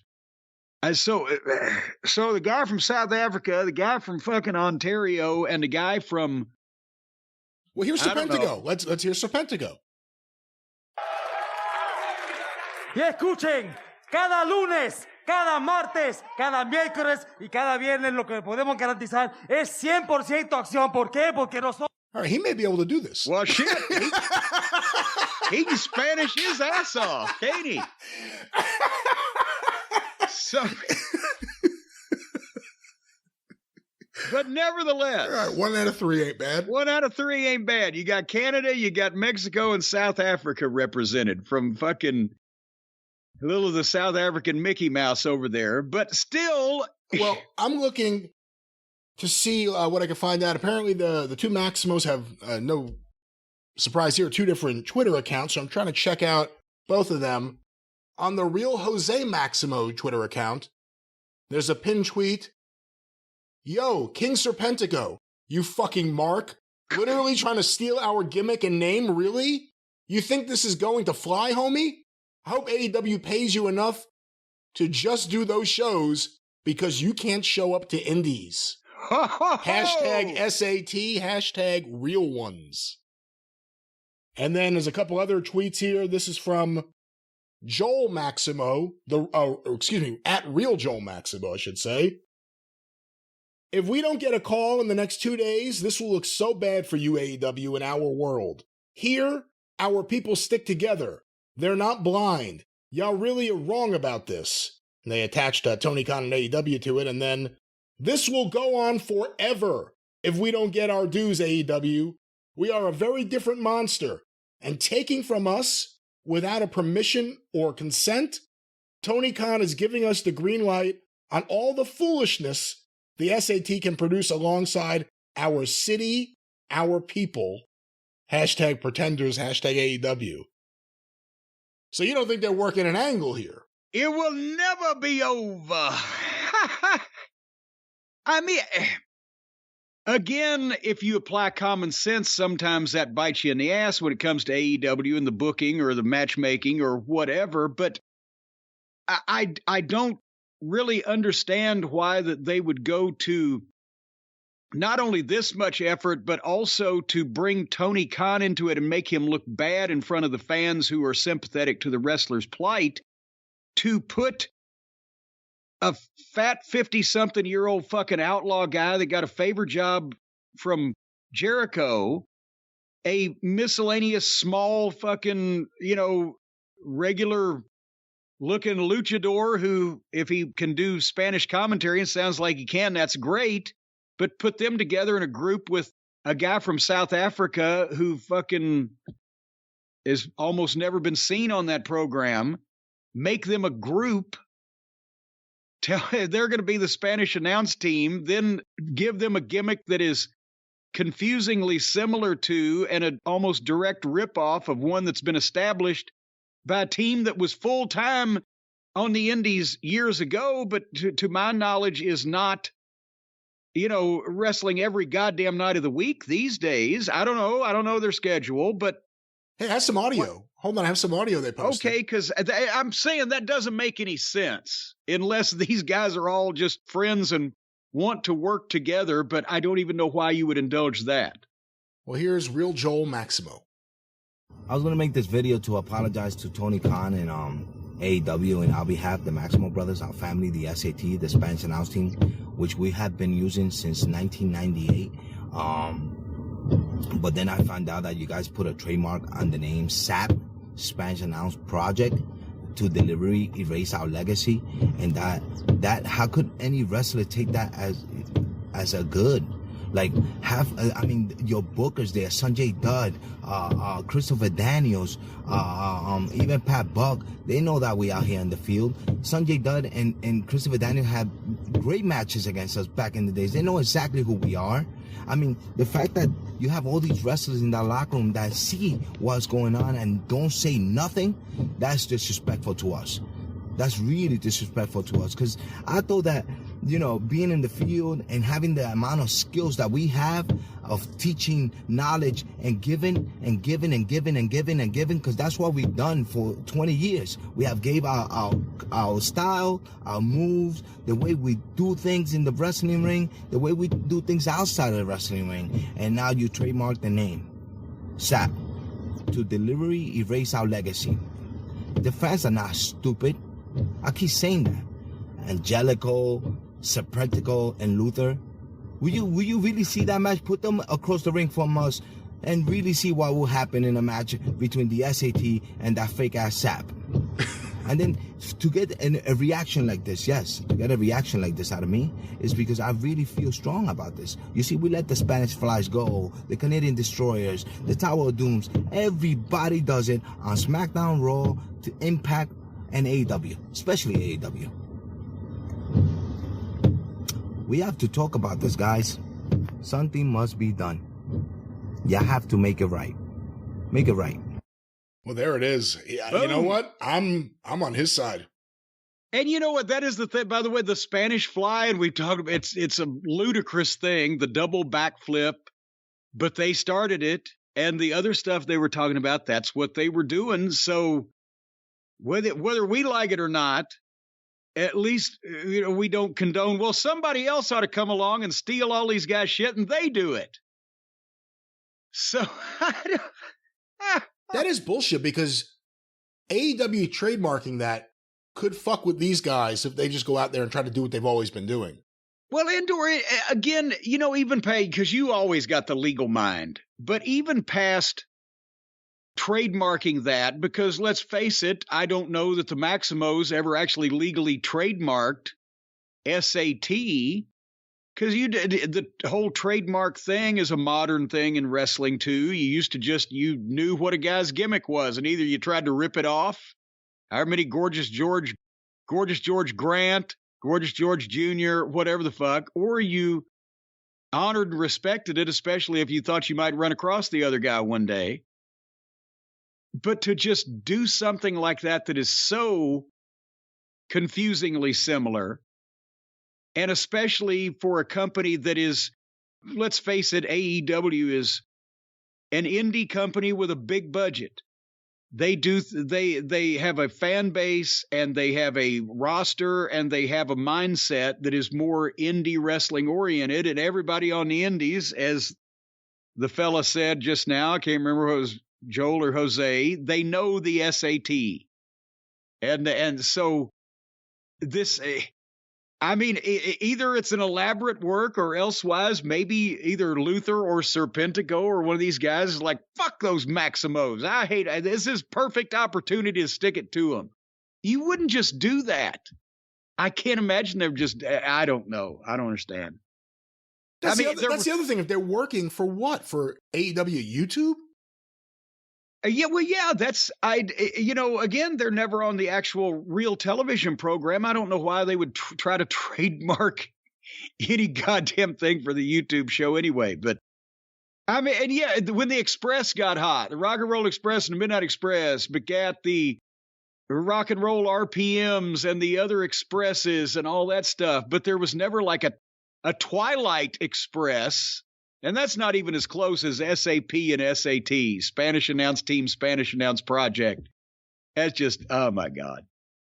We're gonna stay up on this and bring people developments if they develop. But apparently Luther and Serpentico and Angelico should not go. Is it all of New York State? Have jobs? What were you gonna say? Well, no, they shouldn't have jobs. But is it all of New York State they should stay away from, or do the Maximos reach? Does their reach extend to like Buffalo and Syracuse, or just stay out of the metropolitan Big Apple area? I'd say the 5 boroughs in Long Island. Stay out of them boroughs. Them boroughs came in handy when they used to be able to carry things up and down the hills. Oh, the little borough. Somebody else is not happy. Who now? Eddie Kingston. I'm hearing this also. You teased me with this. That's right. You teased me with this. I have no idea what's going on with Eddie Kingston now, but you said Eddie Kingston's on Twitter saying some things. I have no idea what's going on with Eddie Kingston either. Several people sent this to cornydrivethrue@gmail.com. I'm going to just read you the tweets as they came in last night, or I guess 23 hours ago as of now, so yesterday. More and more fuckboys are coming into AEW. What? So many worried little egomaniacs just texted me, laugh out loud, laugh out loud. That was after he talked about the fuckboys coming. And then he, after that one, wrote, I love fucking with the insecure.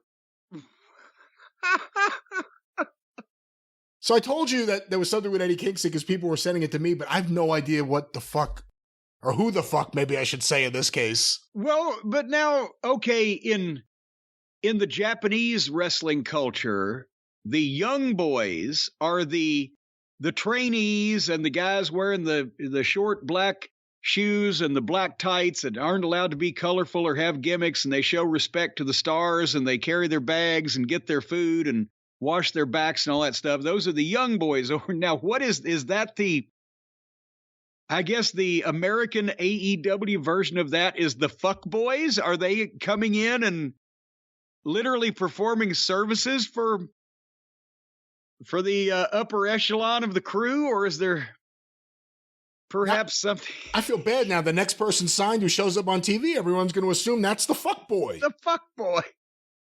And we've had piss boys in wrestling. Oh, piss boy. He said more and more fuck boys. Are there other fuck boys? How many fuck boys? They're overstocked on fuck boys. They've got too much talent. They've also got too many fuck boys. How many fuck boys do you need for that locker room? You know, this may go back to Fuckamania that we were talking about for pay-per-view here last week on the show. Well, I don't know if this ties into Fuckamania, to be honest. But obviously, stripping away some of the veneer of cloudiness in that tweet, I think it's obvious that Kingston thinks that there's a bunch of fucking prima donna pussies that are either wrapped up in their own publicity or nervous and insecure about their spot in the world, and they're probably aggravating him. But I don't know anything farther than that. I don't know about the whole. So many worried little egomaniacs just texted me. Who said, "Oh my God, he thinks I'm a fuckboy. I better." Hey Eddie, I think we're cool, right?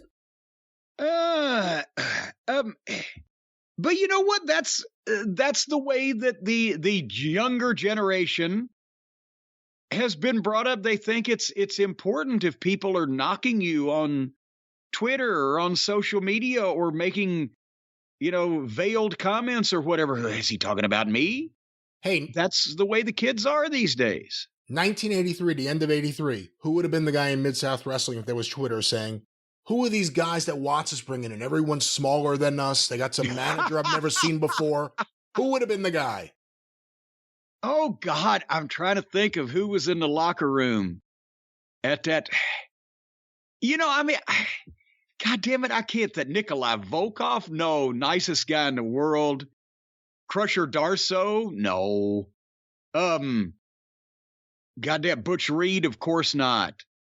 Probably some of the underneath guys, at various points, there's always a preliminary guy around that might think that he would be able to get moved up a little quicker if somebody else didn't come in and take that spot or whatever. But if there was Twitter when you were a photographer, which wrestler in Memphis would have gotten into the most trouble? Dundee or Lawler, just because of the longevity of their time on top and the fact that they were at almost, main events almost every show, every week, week in, week out for all that time, and all of the various adventures that they had probably gotten into along the way. Although the fabulous ones, they weren't on top that long in Memphis, but they had a storied history.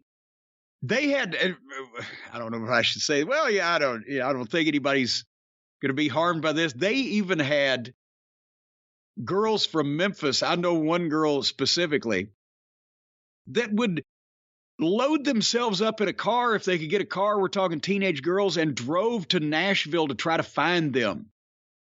They had girls not only at the matches, but converging from other cities trying to find them. And then the wrestling office would get a phone call every once in a while from an aggravated father or whatever. And Randy West used to have to sometime impersonate a member of the Jarrett family to say, well, everything will be done and taken care of. You can be assured this will never happen again, sir.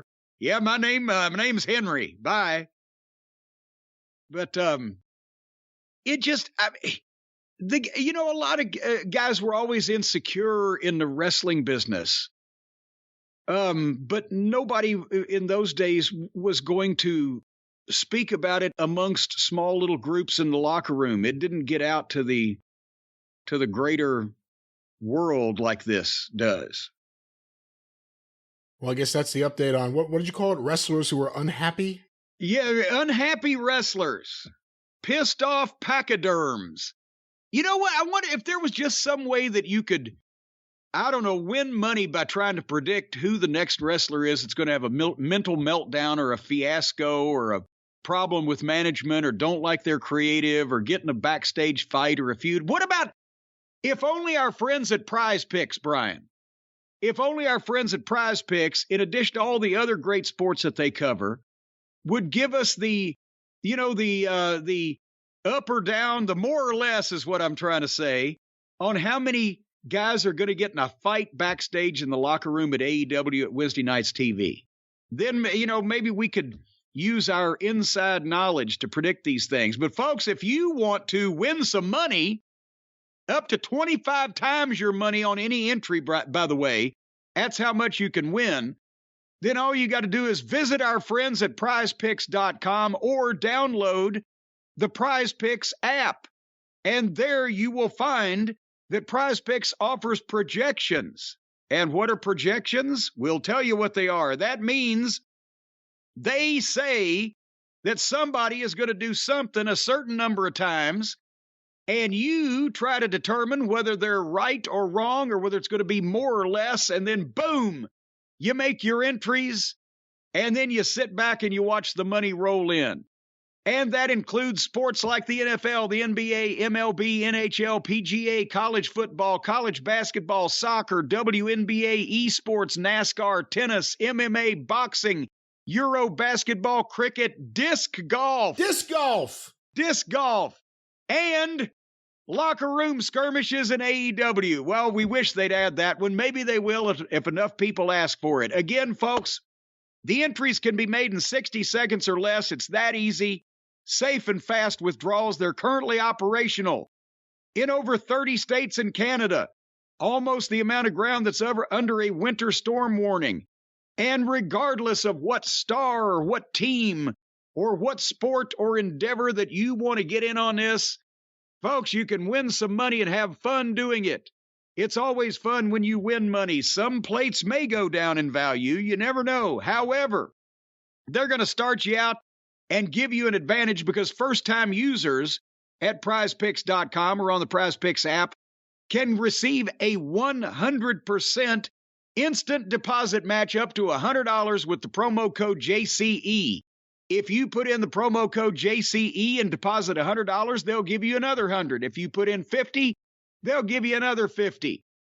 All with the promo code JCE because my name does carry some weight and cachet in the industry.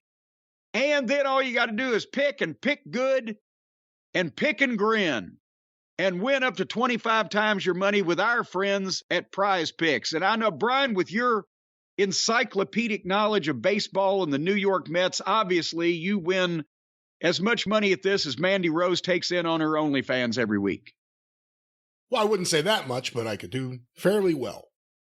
Well, we can't all just become millionaires in a few weeks like Mandy. Oh, Mandy, and I wish you would send me some money because you got so much. Oh, Mandy. All right, anyway. What are we going to talk about next? I'll tell you what we're going to talk about. Monday Night Raw.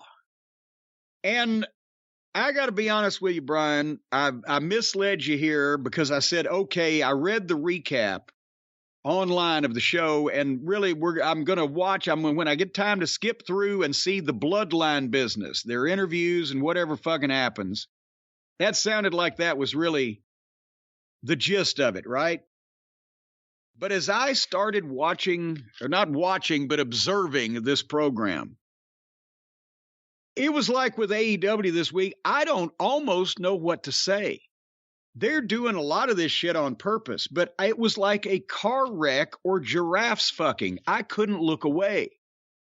I was morbidly drawn to a lot of this program and just, let's talk about it for a second, shall we? No. Well, I will, and you just sit back. I didn't watch Raw. And I even asked you, should I go back and watch Raw? Do you want to talk about it? You said, nah. I know, I misled you. I've already admitted to that. But I'm going to tell you what you missed. The whole thing, the reason why I wanted to watch it was just, again, because of the bloodline. I heard Heyman is on, Roman Reigns is on, and blah, blah, blah. We'll see how this is going to develop, right? And Heyman was in the back and opened up Raw, introduced himself and Roman Reigns, and Reigns cut a fucking heck of a promo on Kevin Owens and him going to get John Cena. And basically, he's laying down the premise, well, we're going to start interfering in Kevin Owens' business because he's interfering in ours, and we're also going to make sure that everybody knows we run the place, right? He comes off as a big deal. He's a great, serious promo with feeling, right? They immediately, to make this point, they cut out of that to the Usos and Solo in the back of the arena, whatever arena they were in, beating up one of the underneath guys, and a bunch of people standing around going, oh, stop. And that, it made it phony. It killed it. For their star comes off as a star and makes a statement, and the very next thing you see is what we see on all these wrestling programs. How many people have gotten beaten up backstage on a wrestling show just in the last year? How many hundred? Well, I don't know, a lot. And it doesn't ever look good, and it always looks phony. And here it's going to be a theme. It's going to be a theme, let's say. So the first match was the Street Profits against Judgment Day. And the Street Profits had, I forget his first name, but Tozawa. I think he lost his first name a while back. Tozawa was in their corner because Judgment Day, not a Balor and Priest, have Rhea and Dominic. So that's the first match. Boy, howdy. I love the Judgment Day, but again, there's nobody interesting they've worked with yet. To me, it's the same fucking, 6 people.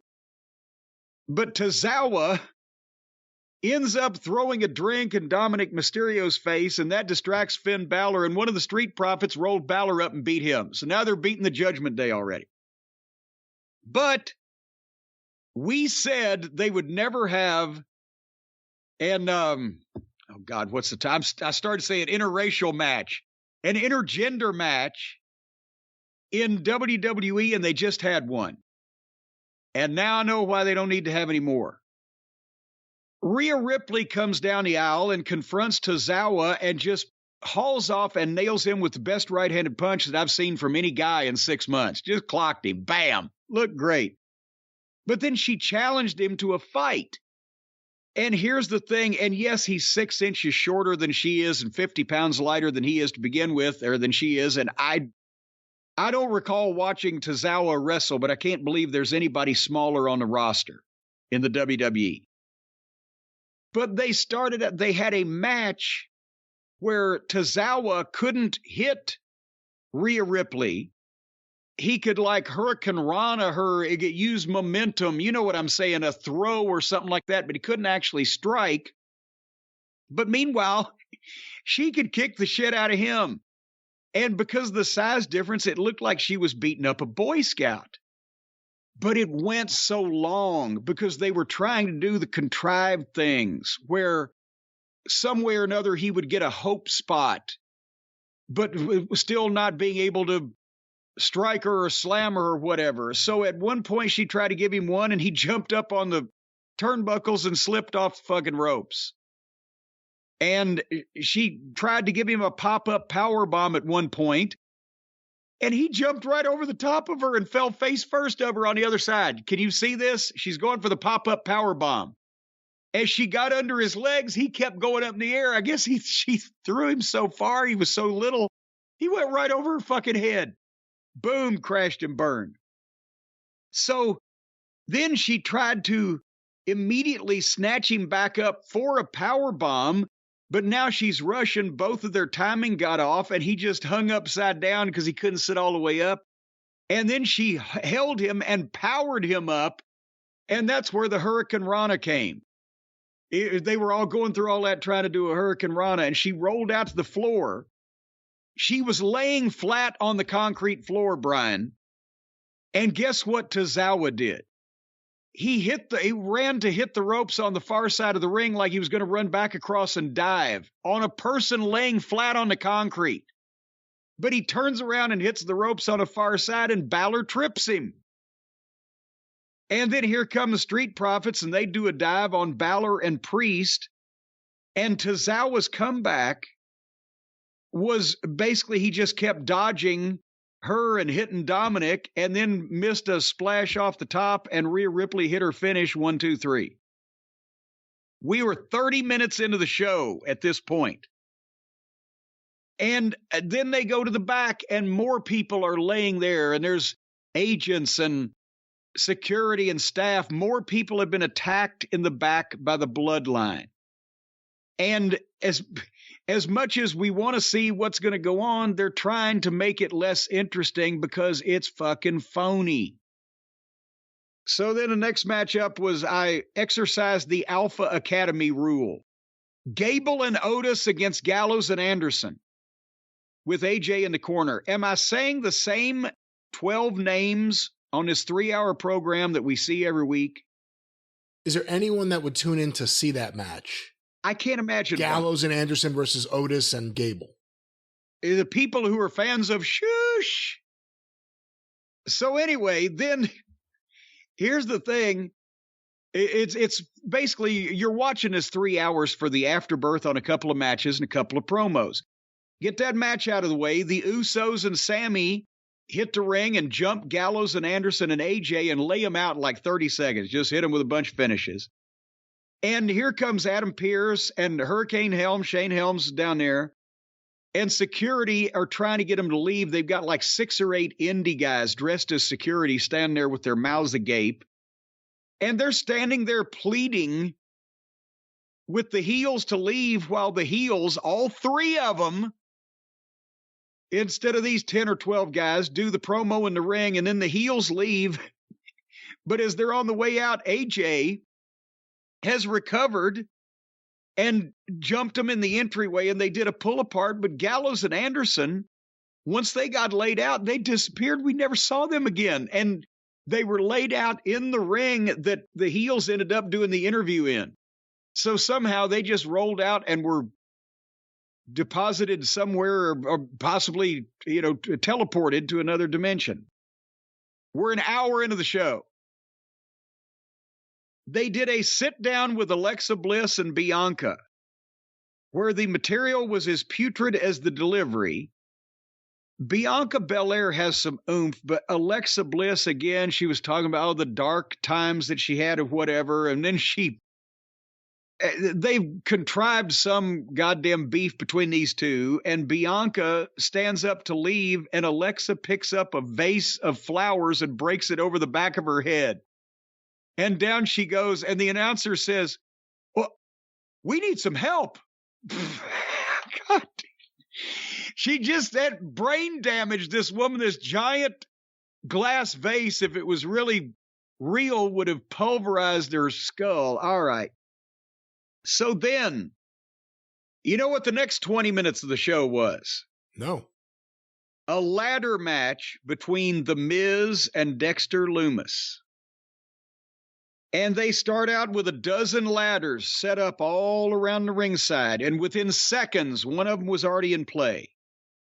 And I thought, it's The Miz, it's a ladder match, and it's going to be way too fucking long. So I'm skipping it. And I was right on all counts.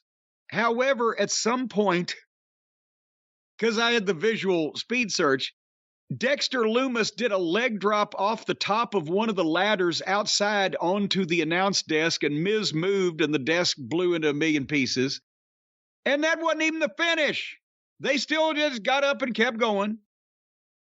So after about 20 minutes, that's where Bronson Reed came in. And that's one of the big news stories of the week is Bronson Reed is another guy that's back as a result of Triple H's talent rehabilitation program.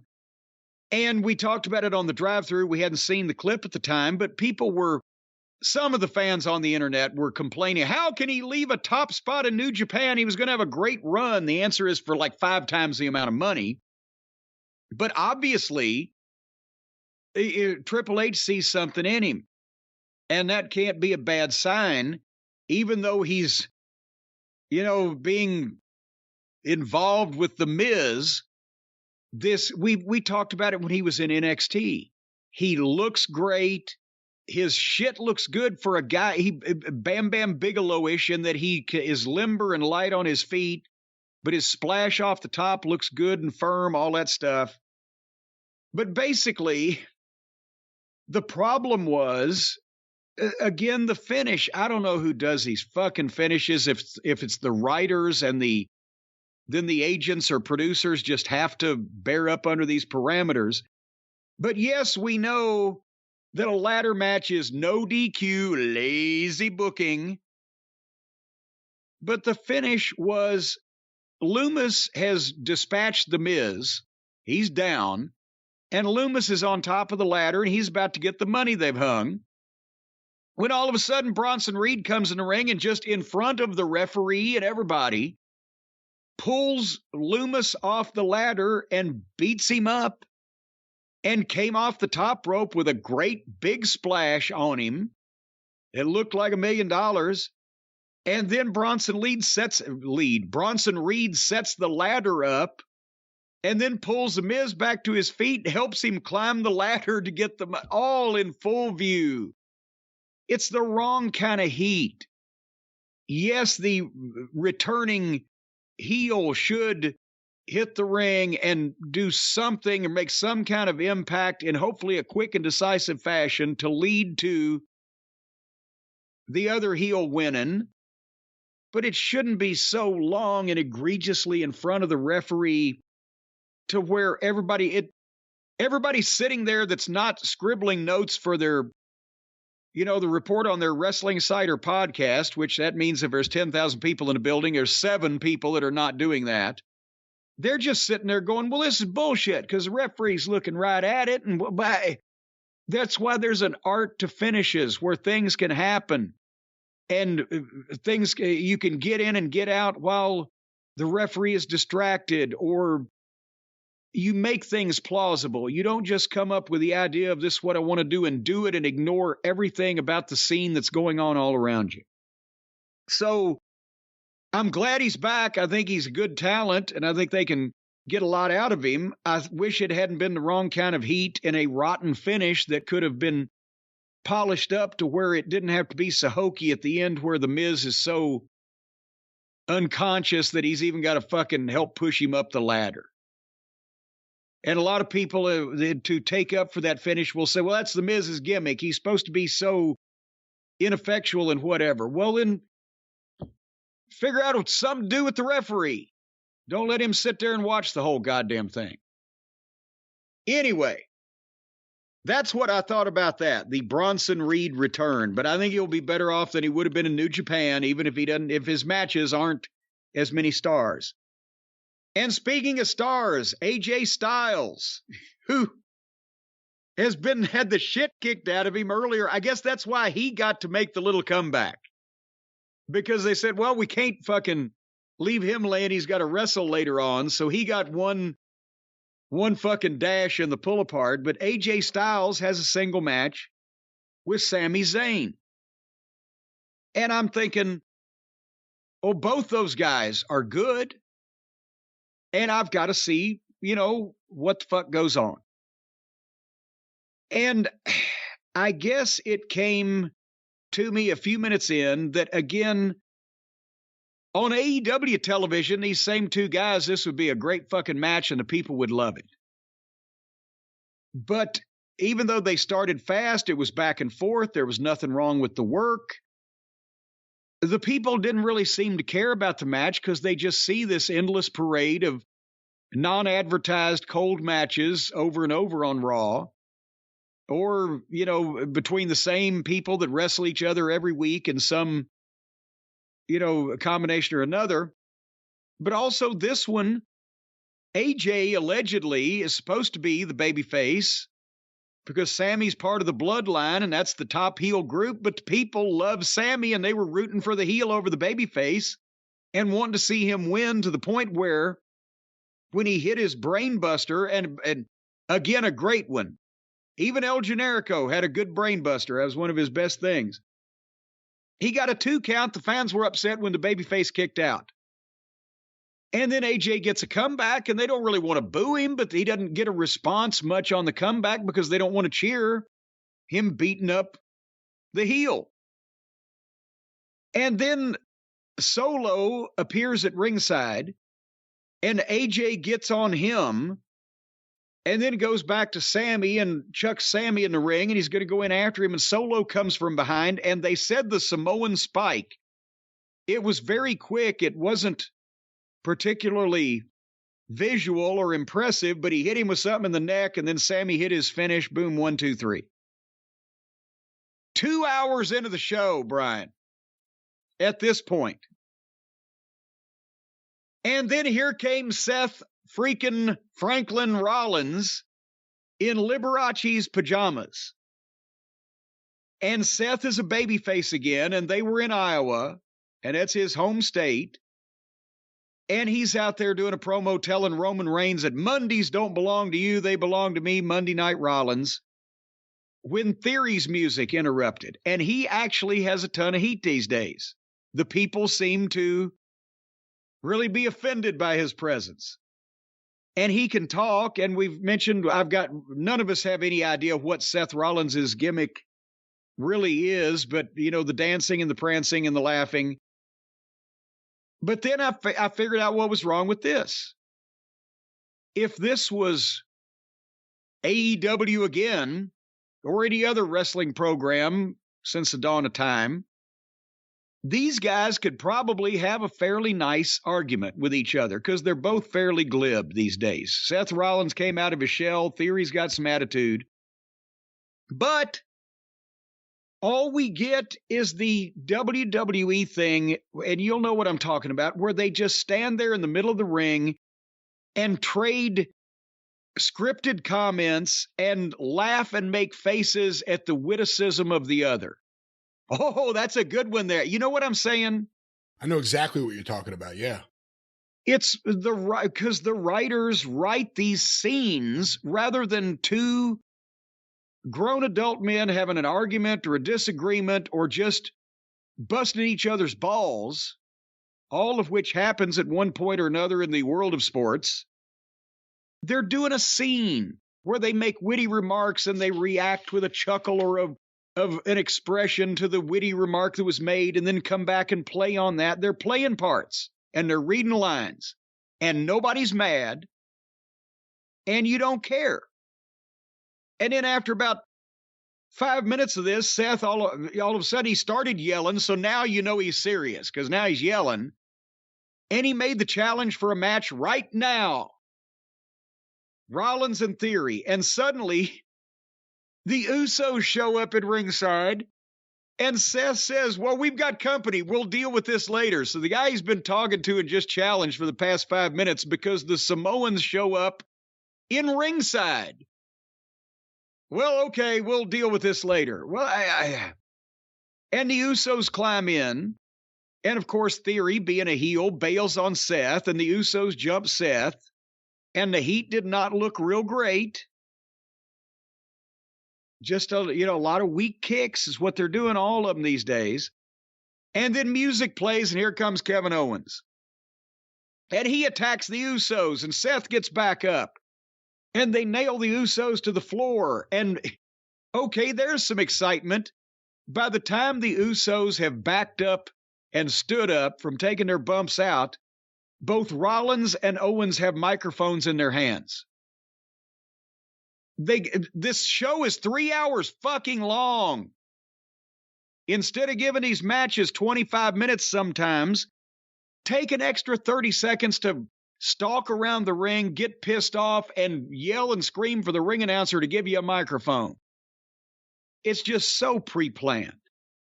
Now they challenge the Usos for a tag team match that will happen apparently later on in the program. Okay, great.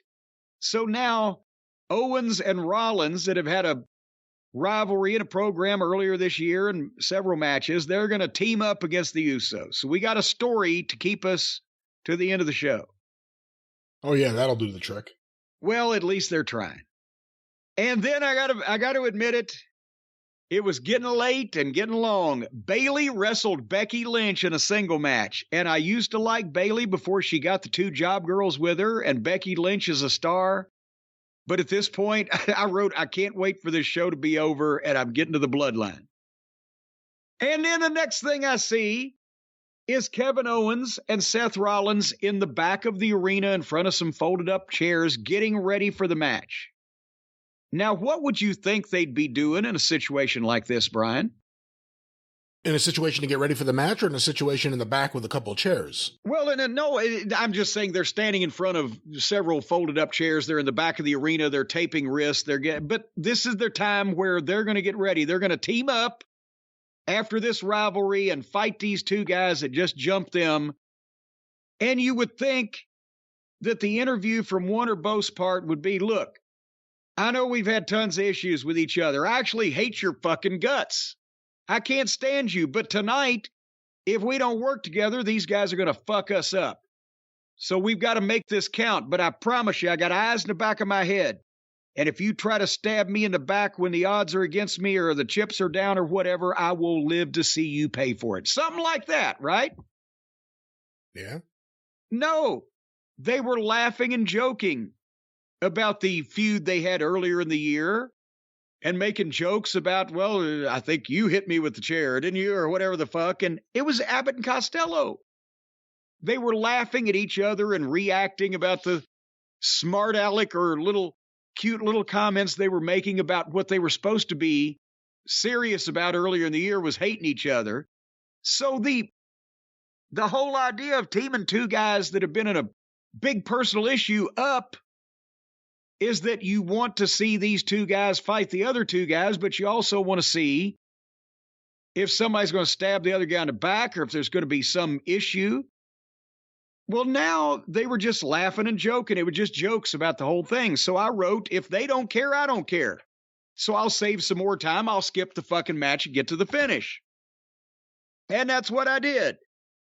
Because again, if they don't care, I don't care. But listen to this finish, because this, God damn it, I'm telling you, they're not even making an effort anymore. It's just like a musical variety show where they just bring acts out on the stage. It's not one cohesive match. It's a series of spots and stunts.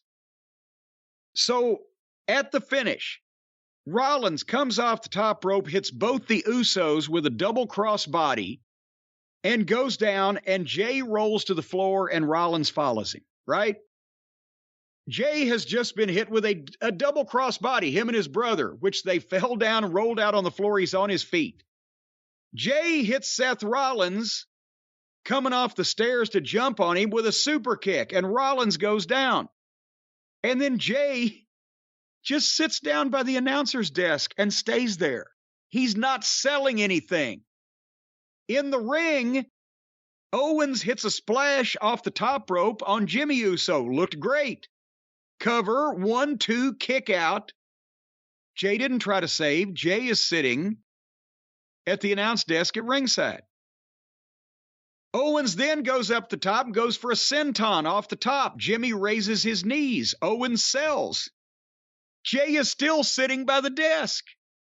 I made it a point to keep my eye on one of these guys when he does his disappearing act. After Owens got the raised knees on the senton, they did 3 replays of the 3 previous moves, and there's still been no sign of Jay or Seth. Now, Seth is still selling a super kick. Was the super kick with a loaded boot? Meanwhile, again, Jay is still down at ringside, not coming into the match. So Owens and Jimmy sell forever, while the referee tells both of them something. And I'm trying to figure out what's going on and who's waiting on what. And finally, it comes to us in the form of Solo climbing over the barricade. Apparently, they were supposed to sell down until he got there, and they're telling the referee on the IFB, tell him stay down. Solo's in fucking section D or whatever the fuck.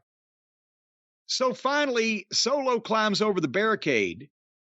And at this point, Jay and Seth have both been down at ringside for over 2 minutes.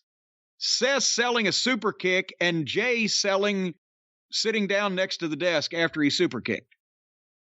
So suddenly, here comes Gallows and Anderson, and they jump solo at ringside. Remember, they got the shit kicked out of them a while back. Well, they waited till now to get even. And it's two baby faces on one heel at ringside. Now Jey Uso suddenly dives back into the ring, runs across the ring, and dives over the top rope onto all three of them on the floor. Suddenly Seth is back up fresh as a daisy and dives straight. He does the deal where he does the dive straight over the top, but he flips and like cannonballs them. He went straight over the top of Solo and Jey Uso. Straight over the top of them and rolled off their backs to the floor. And they both looked around and like, shit, and they fell anyway. And like they were shot. And then he posted Solo and curb stomped Jay. And now I'm thinking, where's Jimmy and Owens? Oh, they're still fighting in the ring. Well, guess who came from ringside? Austin Theory comes from the crowd side of the rail and whacks Seth Rollins over the back of the head with the U.S. belt. And now he's down, and Jimmy and Owens are still fighting in the ring, doing spots back and forth. So they're keeping the match going after we've had a tag team attack a guy that was trying to interfere in the match, and then another guy come out behind the referee's back and whack the guy over the head with the belt and all this stuff. And now they're doing spots in the ring, Owens and Jimmy. After all this is settled down, and finally Owens hits a pop-up powerbomb. 1, 2, 3. After all that, we got a clean finish. So at this point, remember I was keeping track of everybody. Now Rollins has been down again from getting whacked with that U.S. belt, right? Owens gets the win. They play his music. He goes up to the turnbuckle. He gets the beauty shot with the camera. People are cheering him. What would you do if you just won a tag team match? Lift my hands in the air and celebrate? I don't know. No, you'd look around to see if your partner realizes that y'all just won. He never once looked around. He shouldn't have seen what happened to Rollins because that was a sneak attack by the heel. But he gets up, he raises his hands, he goes to the buckle, he's accepting the cheers. Never once has he bothered to look over. They even get a camera shot from Rollins' point of view. He's laying on the floor, and Owens is in the ring, not even goddamn, where'd the fuck Seth go? And then finally, and then as he's standing in the ring, here comes Sami Zayn. He hits the ring. They have a face-off. Owens starts taking his wrist tape off.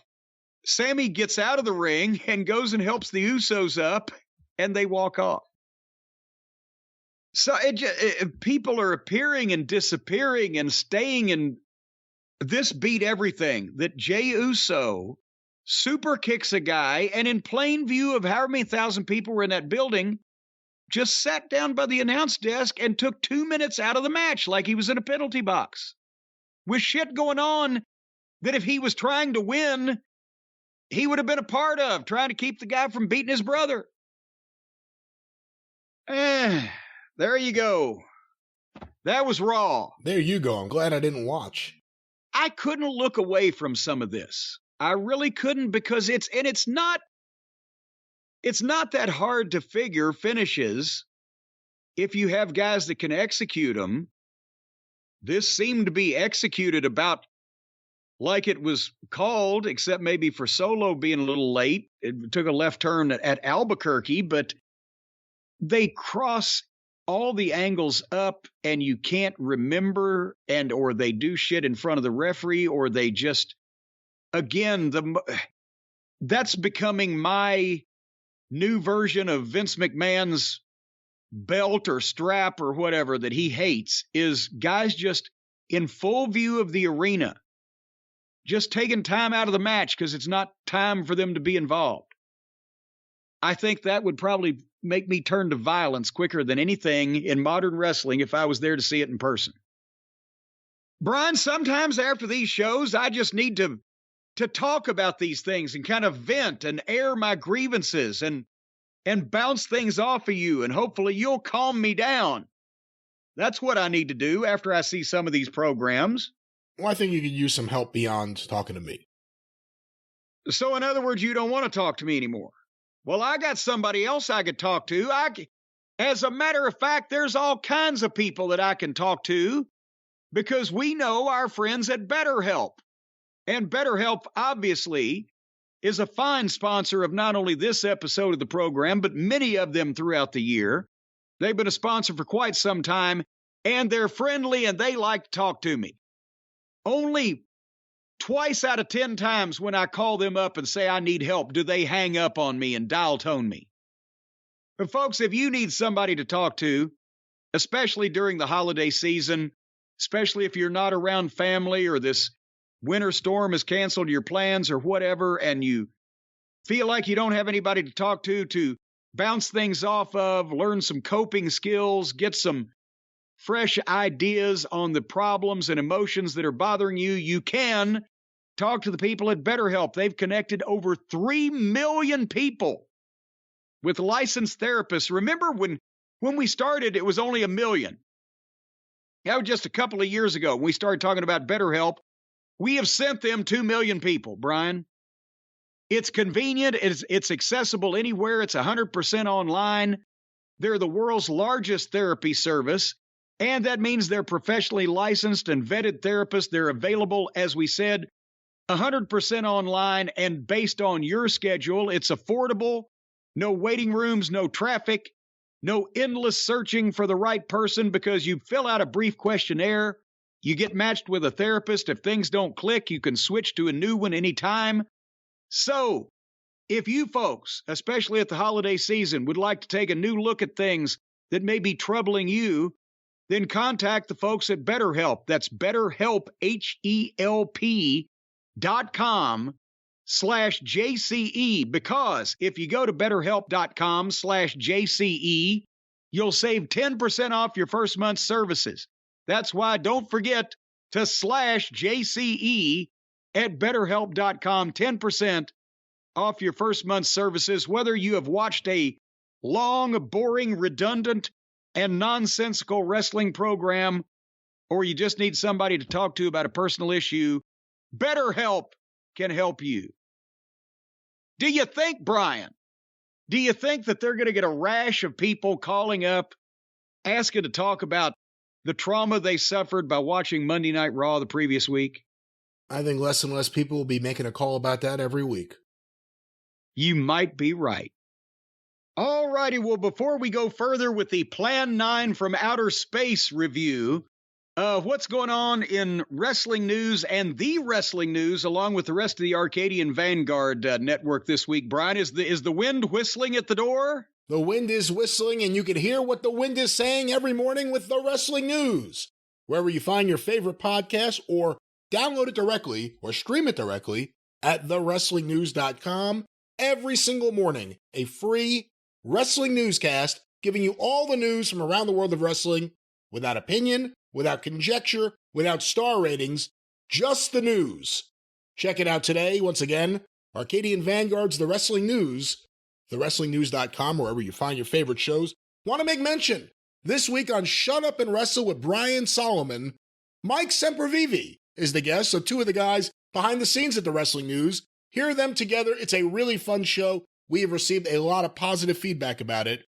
SUAWpod.com, or look for Shut Up and Wrestle with Brian Solomon, wherever you find your favorite podcasts. And of course, the 605 Superpodcast, The Mothership! That was kind of a weak one. Go through the archive today at 605pod.com, available wherever you find your favorite podcasts. The Mothership. Oh boy, all right, here's your chance. You do it every week now to say I told you so.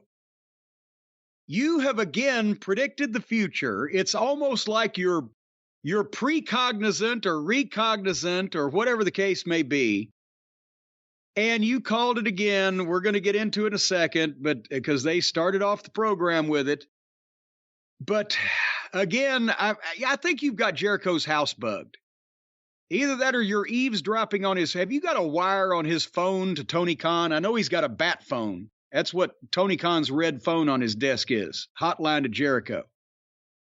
This week, they were at the Joe and Harry Freeman Coliseum in beautiful downtown San Antonio, Texas.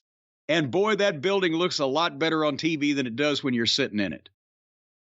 But we started out with a recap of MJF and Ricky Starks last week and the match and the incident, the ball kicking.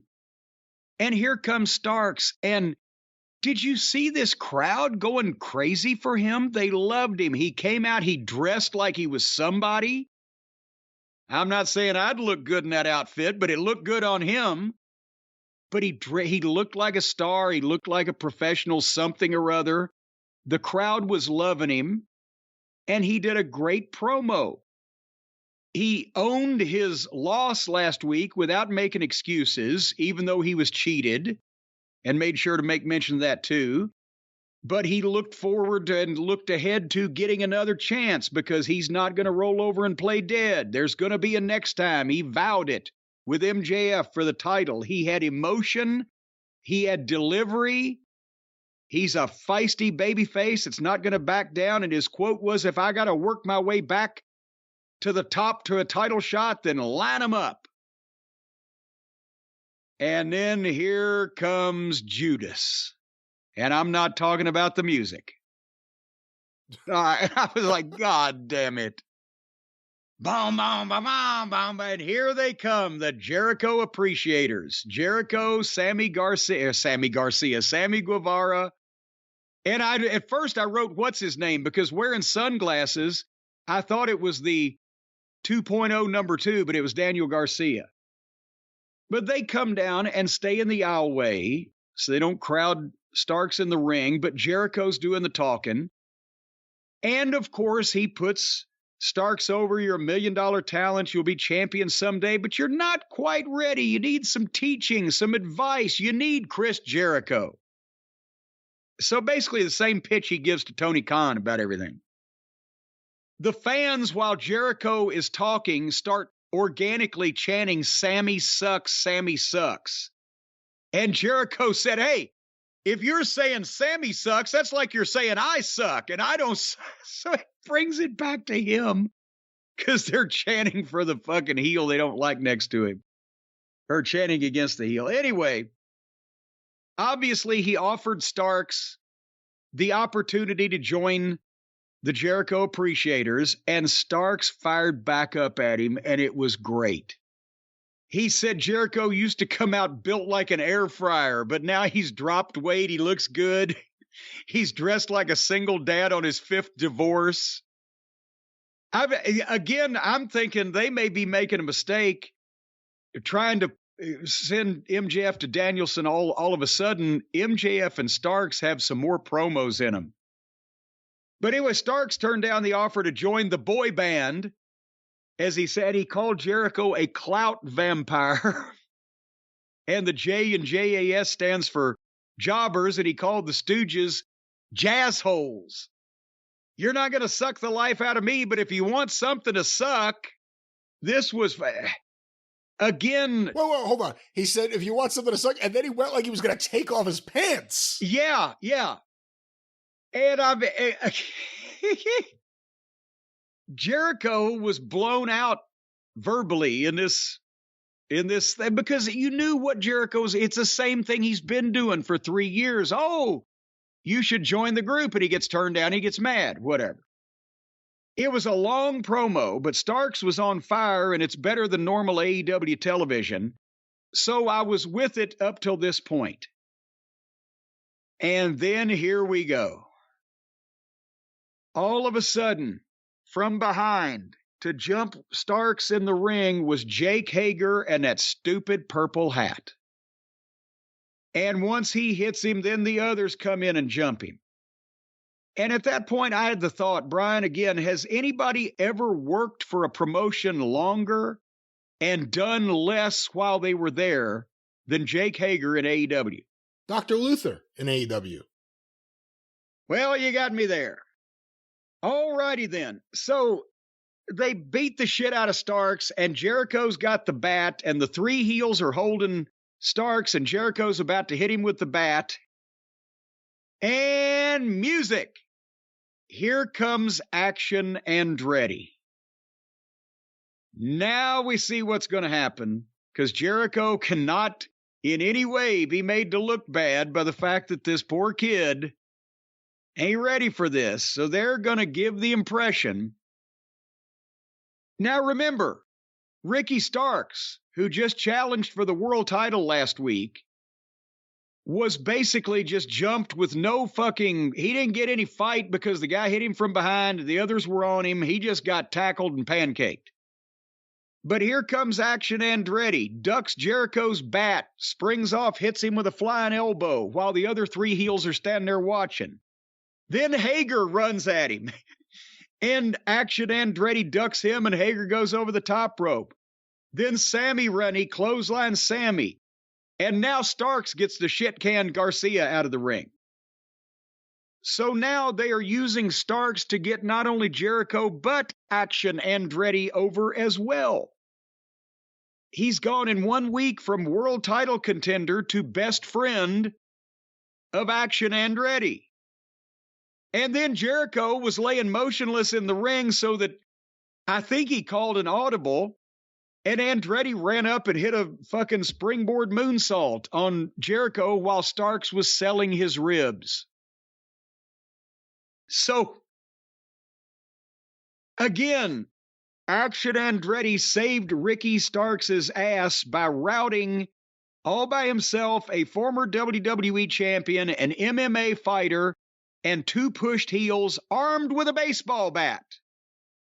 And Starks, instead of going from a world title match that he was cheated out of and lost into a program with somebody of some repute to win in the end and get back over, is going to go from loss to loss so that Action Andretti can get some spotlight.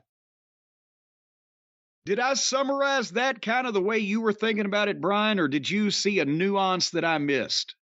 Well, again, I wasn't surprised by Jericho latching on to Ricky Starks, but I agree with what you're saying about the timing being a big issue here. It's a tough thing. If they're determined to go MJF Bryan Danielson, and it seems that they are, obviously I could see why they did that, but then why do everything with MJF and Starks for a 2-week thing? If it's going to lead to this, and like you said, not even to judge Action Andretti, because we've barely seen him, he does need a big brother or a best friend, someone to help him. I don't know if Ricky Starks was that guy right now. I think he's become the big brother. Starks is now the best friend. That's not the role he should be playing right now. The fans are reacting to him. Again, the saddest thing about AEW is, for all the people that killed WWE for not pushing wrestlers that the fans organically reacted to, whether it's FTR, whether it's Ricky Starks, there's been various examples where they don't get the push that the fans seem to want them to have. We'll see what happens with Starks. Wardlow got pushed out the door. Starks is having an interesting several weeks now where the fans are really reacting to him. He's clearly letting loose on his promos and he's getting good reactions to everything. How will they mess this up? Usually the answer is as simple as Jericho, but we'll see because there's a lot of moving parts here. Well, up next was number 247 of the Best of 7 series between the Buckaroos and Twinkle Toes and the Bermuda Triangle. This was the special Hammers Legal No Disqualification Lazy Booking stipulation. I mean, what can I say? And Cutlet was at ringside in a green elf costume. They don't make any effort to even try to tell people they're in any way serious about this shit. And again, same thing at the bell. Sloppy, fake-looking 6-way fight, choreographed 6-way synchronized spot, and a triple dive. So that's enough of that. How ridiculous is it? And the only reason for it is the self-indulgency of the EVPs and their inflated sense of their own self-importance, that you put two teams that only know how to have one kind of match against each other 7 weeks in a fucking row. Save the plane fare. Show the same tape 7 times. Nobody'd notice. So, again, on Visual Speed Search, they had furniture, they had garbage cans, they had the comedy stooges and the funny outfits, a Christmas tree in the ring, a couple of circus stunts off the ropes through the tables, a barbed wire baseball bat. And I mean, this may have been the most offensive one yet, just because of all that. And then after 15 minutes of that, an afterbirth where the heel baby faces beat up the babyface heels and got juice on them.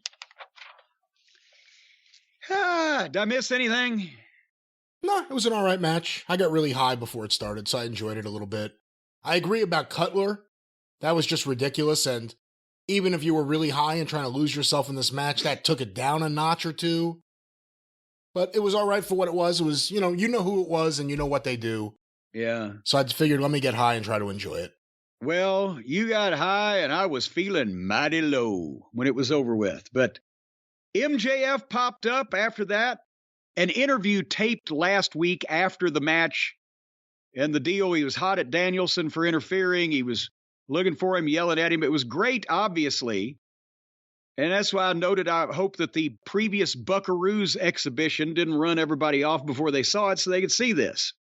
But then, oh God, if they had only given this effort to, I don't know, anybody in the past 3 years, how many times have we seen, my God, they've debuted Jay Lethal, or they debuted this guy, or they debuted that guy. You never hear them talk. They never win. They never do anything. They just show up and do a job. And Tony was in the back with Action Andretti, the new biggest star in wrestling.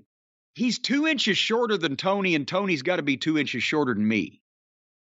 So I don't know what the fuck. But the promo, Action tried hard on this promo. He did. And he's got potential because obviously I can't imagine he's ever done any TV promos for us, since he'd never been on fucking television.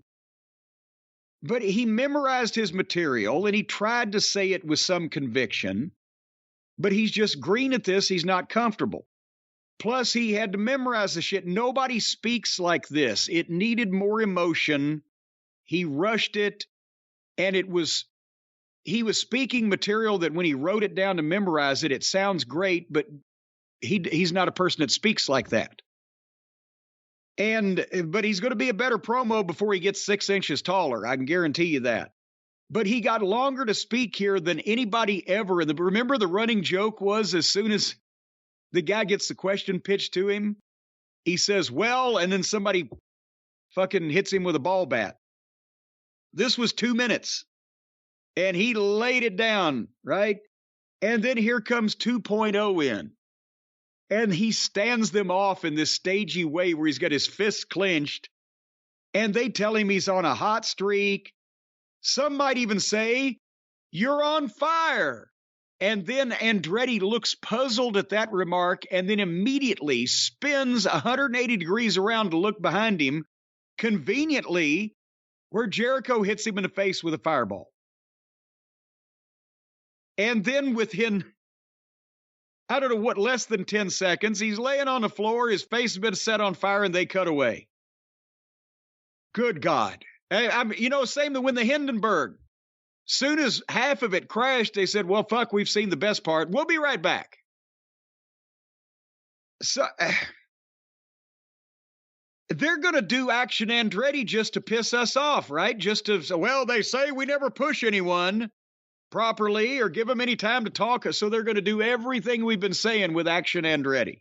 He rubbed his face into the ground. They're copying Steamboat and Flair. Oh, yeah. There's anything wrong with that. That's right. After he burned him with the fireball, then he rubbed his face on the concrete like the Flair Steamboat thing. How many times are they going to sandpaper this kid's face?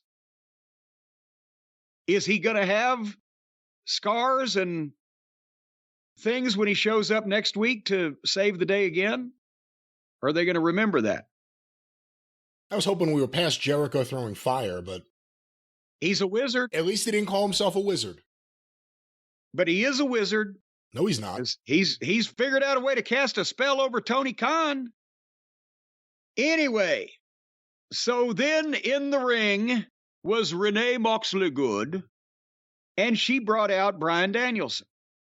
And the question proposed to Mr. Danielson was, after all the things that have happened with William Regal, where does this leave the BBC? And Danielson said he doesn't expect the rest of the guys in the BBC to forgive Regal. But then he switched and he started putting San Antonio over. It's almost like Renee asked him a question. He skipped his happy talk. He had to go back and get it. But he trained there for real at his first match there. He went to Shawn Michaels wrestling school. Well, Rudy Gonzalez's wrestling school. Shawn Michaels was financing. And he got big pops with that. And when he plugged Shawn Michaels, the people started chanting HBK. Yeah, that's what you want on your show. Yeah, well, of course. Maybe they'll get him one of these days. Then he said that Regal made him the wrestler and the person he is today. And if you notice now, Regal had molten lava level heat when he first came out with MJF after the turn. Then with what they did, it kind of, or not when he first came out after the turn, but not with MJF. That first week when Moxley told him to just leave and don't come back. And he came back for 2 more curtain calls. But he went from having molten heat to kind of having the heat taken off of him to now he didn't really get booed, but you can tell, and this may have been the idea, the fans there don't like him as much as they used to because they know he left them. So even Danielson putting him over like Mother Teresa and saying he loved having him in AEW, the people were not like, oh, we want Regal, which is good. You don't want them chanting for somebody that's not going to come back. Well, with everyone knowing everything, he probably shouldn't even be talking about him anymore at this point. He referenced him by name nonstop in this promo. They had him come out and do the one farewell where Moxley got to tell him off. Then they had him come out and do the second farewell where MJF got to attack him from behind. Then they had him come back out and do the pre-tape that was put in a time capsule with Shivani in case anything happened to him. And now they're doing a goddamn what's the word I'm searching for? The speech they give at the funerals, a eulogy for what he meant to. He's gotten more TV time to leave than anybody else gets to debut. So finally, then Danielson does the same thing. He starts firing up and really getting serious with it, and says MJF is going to learn there's consequences to his actions. And he told MJF, come out here right now.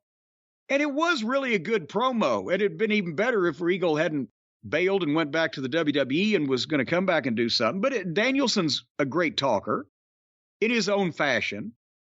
He sounds like himself. He's very natural. But the music that plays is not MJF's. It's the other Page with Stokely. And I'd like to see Stokely with a top guy that I gave a shit about, because he can talk and he's kind of different. The other Page starts talking and promoing Danielson fired back, but Stokely's thing, he just called fucking Danielson, you raggedy bitch. That just cracked me up. You raggedy bitch. But this went back and forth too long with Page before Danielson said, how about right here, right now? Where have we heard that before lately? And the fans wanted it, but the other Page got a little heat by weaseling out of it because he wasn't dressed. Said, how about next week? Okay, and they left. So we're seeing a lot of similar shit going on with these programs, and it kind of all blurs together, but it hasn't stunk so far. Except for the EVPs. We're getting there. Moxley was in a garage somewhere wondering when him and Adam Page, old hangnail, are going to settle shit. Have we figured out, is Moxley going to turn? Who, between hangnail Page and John Moxley, whose side are we supposed to be on? Or does anybody care about either one of them and they've just been put together? I don't know. Well, anyway, Samoa Joe in a suit with the belt sitting in front of the Christmas tree. This is Samoa Joe. He's articulate. He's well-spoken. He's educated. He was punched as pleased with himself. He wasn't out there doing the screaming, drooling, mad, vicious island Samoan. He's the goddamn intelligent, badass, dressed up, looks like somebody fucking Samoan that can verbally take you apart and then lose his shit and do it physically. And I like this Joe. And he's got great delivery. And he's talking about Wardlow on, I guess, December 28th, next week's show. But this is how you feature Samoa Joe. And at least they're doing something. He's winning some of these matches. He's winning all of his matches now. And he's getting some promos. And he's different than the Samoan, the street Samoans like the Bloodline, or the fish-eating Samoans like Alpha and Sika from generations ago. That's why the funniest thing he ever said to me, and he wasn't even trying to be funny, was when Russo had the daggum, remember this in TNA, he not only had Joe put a tribal tattoo, a fake one, on his face, but he had one of the pay-per-views of Samoan fire dancers and drummers and all this stuff, and barefoot, and the whole thing coming out and doing a dance for Joe's entrance. And Joe's like, I'm from California. I got a college education. What does he think? I'm a goddamn, tree climber from the island? But that was shit stain for you. He, Nevertheless, good promo. What'd you think?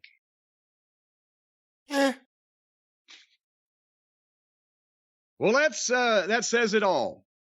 So we're moving along, aren't we? I just don't think it helps. I don't know. Helps what? Go ahead, say it. Everything with the TV title since Wardlow got it has been a disaster. And I don't think Joe means as much as he should. You said that this is Joe, this promo right here. Have we seen this before? This is the first time we're really getting this on the show. On this program, yes. And Joe means less than he has at any point since he came in. So, I don't know. We'll see what they do, but I wasn't too excited about this. Well, but now here's the problem. Who's he going to work with? Other than Wardlow, who's he working with? Well, I don't know. You can have great matches and you can do great interviews, but if the title belt that you hold means nothing because there's 3 TV titles or 4 TV titles and the booking is the shits, I didn't say it was, going to, but at least we're getting to hear him talk. All right, Hook. Hook is back. And Hook had a single match with a guy named Exodus Prime. I thought he was one of the Transformers. No, that's a different. It did sound like a Transformer, though. Exodus Prime. Well, it is his last name Prime, and his first name, his mother and father saw him and said, well, we got to name him after Grandpa Exodus, or does that mean something, or what? He's wrestling a man whose first name is Hook. Well, I guess you got a point there. So again, starts great, ends in the shitter. I like Hook. He's got a different style. He used the amateur wrestling judo style mix. He dominated this guy. He looked great. He doesn't fuck shit up. His throws are different. The people like him. He's got the charisma, whatever. That's great. Nice little 3 or 4 minute win, whatever it was. Immediately, from the parking lot on the screen, there's Stokely and Big Bill and Lee Moriarty fake kicking Jungle Boy, and Big Bill picks him up and choke slams him into a dumpster. So, and after the Hook sees that and just walks up the ramp with his head down, and Moxley music starts playing because he's coming from the other side of the arena. Hook gets a win, looks good in the ring, people cheer him, and everything's fine. And then they go immediately to one of the faker-looking things that they're going to do in this show, and it's stupid, and it's another backstage attack. How many backstage attacks have we seen this week just on 2 programs we've just been talking about? And then Hook just walks up the ramp with his head down like, well, yeah, my new partner just got the shit kicked out of him. So every time they do something right, they can't get out of it then. They've got to carry it on and do something to make you forget that you were actually interested in what they just did. I mean, it was like night and day. They played that Moxley music so fast. Were they just desperate to get it on for the 9 o'clock hour? Yes. That's what they wanted to say. They wanted somebody that the people halfway fucking recognize, in the ring at that point. But yeah, boom. And again, now it's Moxley with Claudio, because they're in the BBC together, against Darius Martin with his brother Dante. Who the fuck are we supposed to cheer for? And why and Moxley earlier had been saying, well, yeah, I hear this kid, he hurt his knee and then he gets a car wreck. Maybe he's injury prone. Is it going to be my fault if I hurt him? Why does Moxley want to hurt the nice young kid that's trying to make his way in wrestling, that doesn't do anything to offend anyone or stab anybody in the back? Why does Moxley, the babyface, want to take this nice kid out past the rail into the arena and suplex him on the concrete floor without any provocation? The idea of having a baby face that hurts people and beats people up and drinks their bones and eats their blood is that you will get to see a guy like that doesn't give a shit kick the shit out of the heels that have been screwing everybody around, not hospitalize and paralyze and sanitize and homogenize and hurt and end the career of a young, nice-looking baby-faced kid that likes to do flying moves and impress the young fans. That's what doesn't make sense. It's a match, not a blood feud. So why just because Moxley's being Moxley, what motivation mentally does he have to take this kid out in the arena and start suplexing him around on the concrete? It's mark bullshit for indie wrestling. That's where Moxley's head is at, and they don't teach these kids, the Martins, any better. It's going to be too late. They're going to learn bad habits. And this went like 7 or 8 minutes until Moxley rolled through on a crossbody.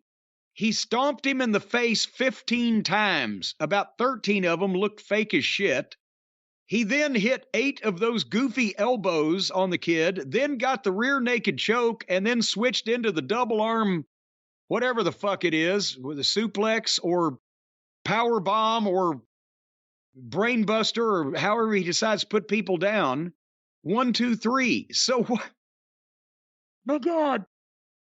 He wants to give the kid a good long match to make him look like something, and then he wants to beat him flatter than you ever have beaten anybody before. When you stomp somebody in the face 15 times, hit them with 8 unanswered elbows, choke them for a little while, and then pick them up and dump them on their head, you about beat that motherfucker as flat as a motherfucker can get beat. But you gave him a great match. Does this make any sense to you, Brian? No, but Moxley likes a certain kind of match, as we know, and he likes to do certain things. Those stomps always look bad.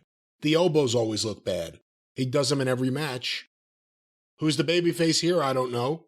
The fans aren't booing Claudio. They're not booing Moxley right now. They're not booing Top Flight. They like them. I don't know what any of this... I don't know how good an idea Then it just comes down to an exhibition of moves, which is meaningless. Yeah.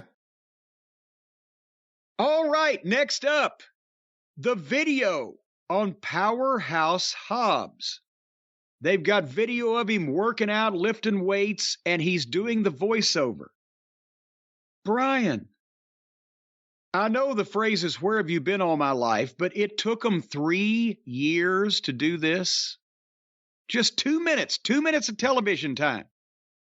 But while he's looking big and bad with his muscles and his mean faces, the voiceover is, hey, my first memory when I was 3 years old was seeing my uncle overdose on the floor. Have you ever seen a man choke on his own blood? I was beaten and robbed as a child and abused. I've been stabbed and shot. Monsters did that. Monsters would do that to a young kid, but they created a monster themselves. And it's time that I spill everybody else's blood. What the... It took him 3 years. Guy's been sitting there. This is fucking great. From day one. That's what he should. And I remembered from this that when they made him a babyface, when they first introduced him in the first year the show was on the air, did they not say that his brother was killed or shot, one or the other, in a drive-by shooting? Yeah, I think it was on commentary early on when he first started. Yeah. Gee, that you've got either a giant baby face, somebody who's pulled himself up and made something out of his life coming from a disadvantaged upbringing and the streets and crime, or you've got an origin story for a supervillain like they did here. Yeah, you do this to a kid, that makes you a monster, but you yourself, you made me a monster. There's your heel origin story. But they just figured out, well, we ought to do that. My fucking God. Anyway, on a serious wrestling show in Mid-South or Mid-Atlantic or any wrestling show before modern times, this would, 2 or 3 weeks of this, you smash this fucking guy over convincingly over several weeks of Stooges, and that's all you need. But I'm afraid that in this day and age, and I assume that everything he's saying is true, because you tend to think you wouldn't make shit like that up even in wrestling, especially when things are verifiable these days, not like the old days where everybody could win a gold medal or serve in the fucking special forces. But I'm afraid that these fans will think that it's fake because now they're convinced that everything in wrestling is fake, and they look at shit the Buckaroos do and all the comedy they do on the program, and this won't have as much impact. But this is the way to use Hobbs, is it not?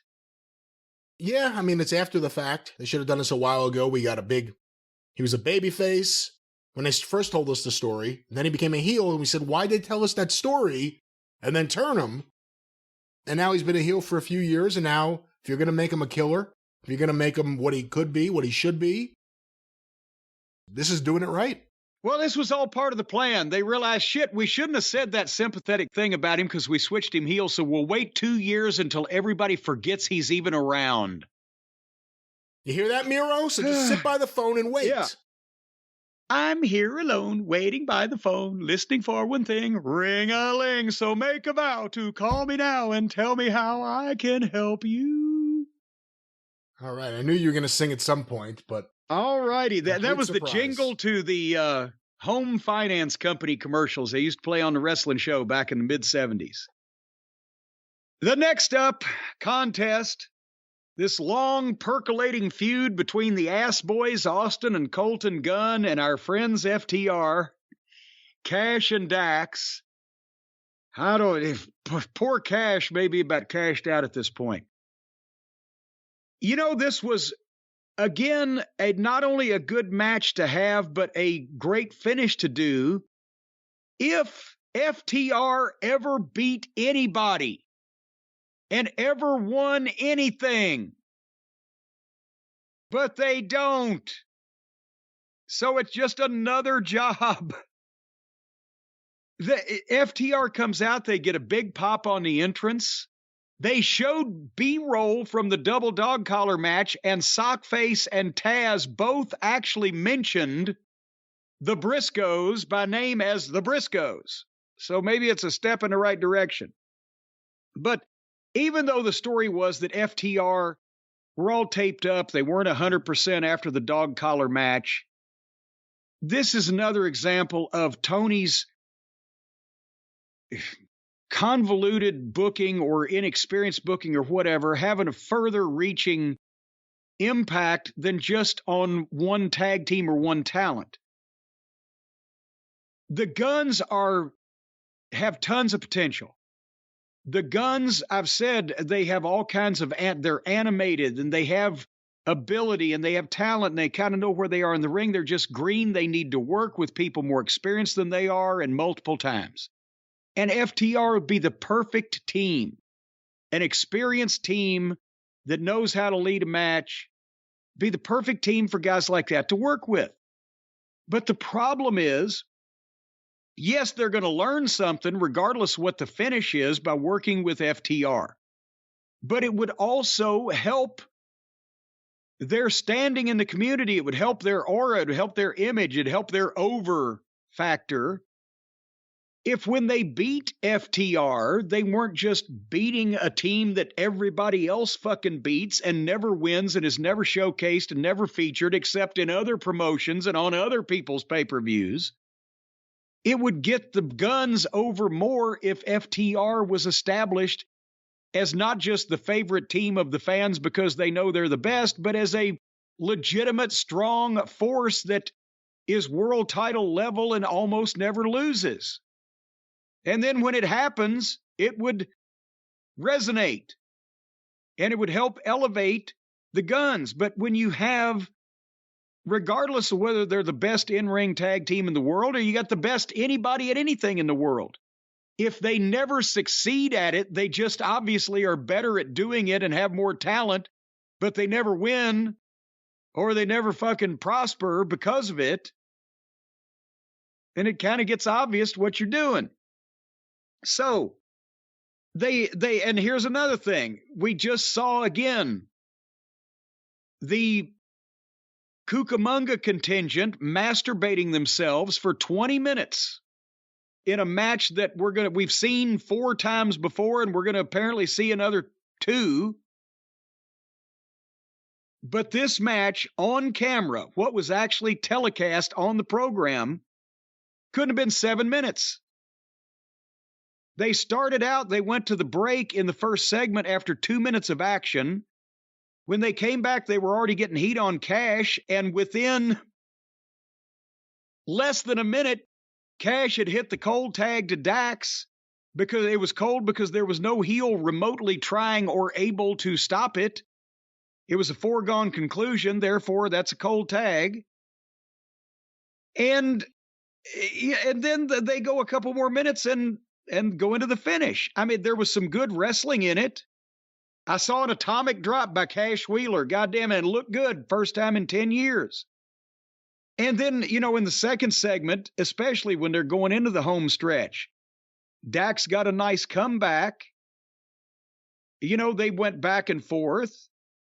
Cash actually hit a dive that the Gun boy didn't see coming and wiped him out with it. It wasn't, the typical hee. But, they go back and forth, and finally Dax is with Austin, and Dax gets a roll up, and Austin reverses it and rolls through, and Colton reaches in from outside to hold his hand for the leverage. 1, 2, 3. Just that. Fine finish, not for a team that never wins. Then you've just beat them again, and it doesn't really help the Guns because everybody else is doing it too. And again, Moxley got 10 minutes with Dante, whatever the fuck his name was. And 7 minutes of this made television over 2 segments. So tell me what I'm missing here. Well, I thought the Gun Boys look really good. They take good bumps and you can't keep your eyes off them. They're constantly in motion. We've been big fans of FTR for a long time. We've enjoyed the stuff that they've done, but I gotta admit it, at this point, AEW has kind of gotten what they wanted. They've beaten me down. Like, I kind of, when they come out, I know they're not going to win. They're going to get a big pop for their music. The match will be fundamentally good. But at this point, my favorite guys there have been treated like job guys for a long time, and it's hard to get into them anymore. And a lot of more casual fans than we are, instead of bemoaning that, they're not that really offended by it because they're not in the profession. So they just go, yeah, those guys, well, I'll like somebody else. And that's the way that you basically, rub off the appeal of any talent. If they're obviously good, people obviously like them and they never succeed, then sooner or later, people will stop giving a shit.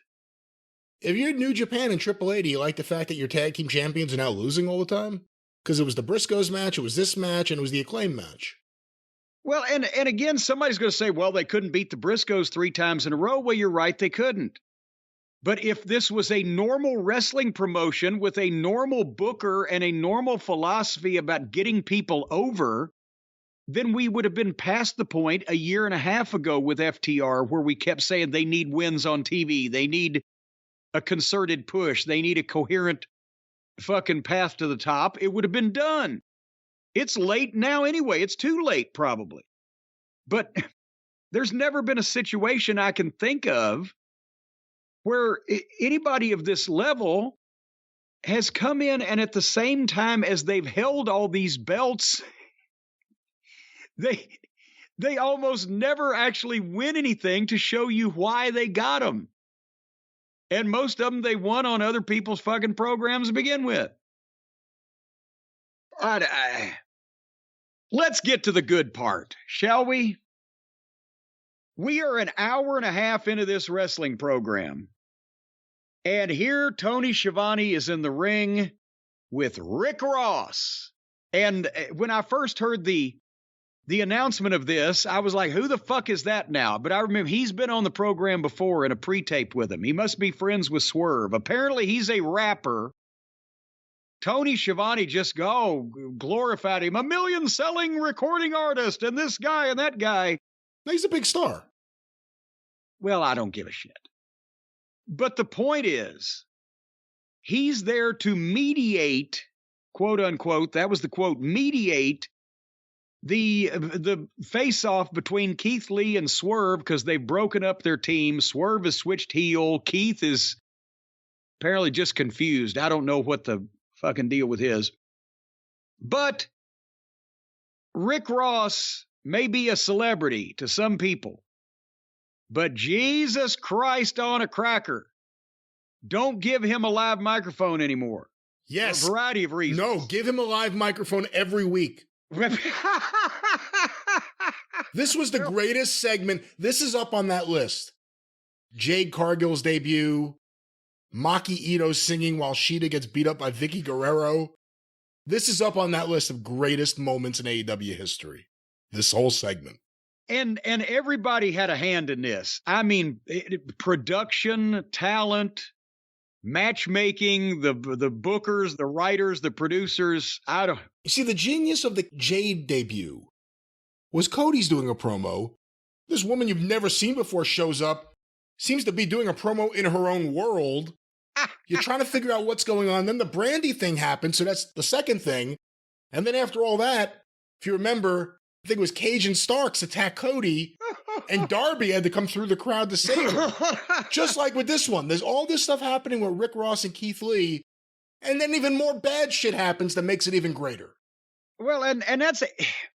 I got to be honest with you. Obviously, I've seen and been around and been a part of segments that had different moving parts, and something would go off kilter or you'd have to cover for something, but I've never seen anything like this where it was like everybody involved in this segment, they just sent them out there and said, make some shit up on the fly, and they all had different ideas and did them at the same time. Tony was in the ring with Rick Ross, introduces Rick Ross, and then Tony didn't know who was coming out first, and he actually said, I think we're bringing out Keith? With a question mark, and there was an awkward pause, and then the music plays, and here comes Keith Lee. And I'm thinking, well, now Tony will probably be able to get the next one right. You know, we've narrowed it down. But Rick Ross grabs a microphone from Tony. And this guy is supposed to be the mediator. But we've already established, I think, in the interview a few weeks ago, he was friends with Swerve, but now he makes the big introduction for Swerve. He introduced, let's bring out the young legend, Swerve. Hey, if you're Keith Lee in kayfabe, at that point, don't you think something's up?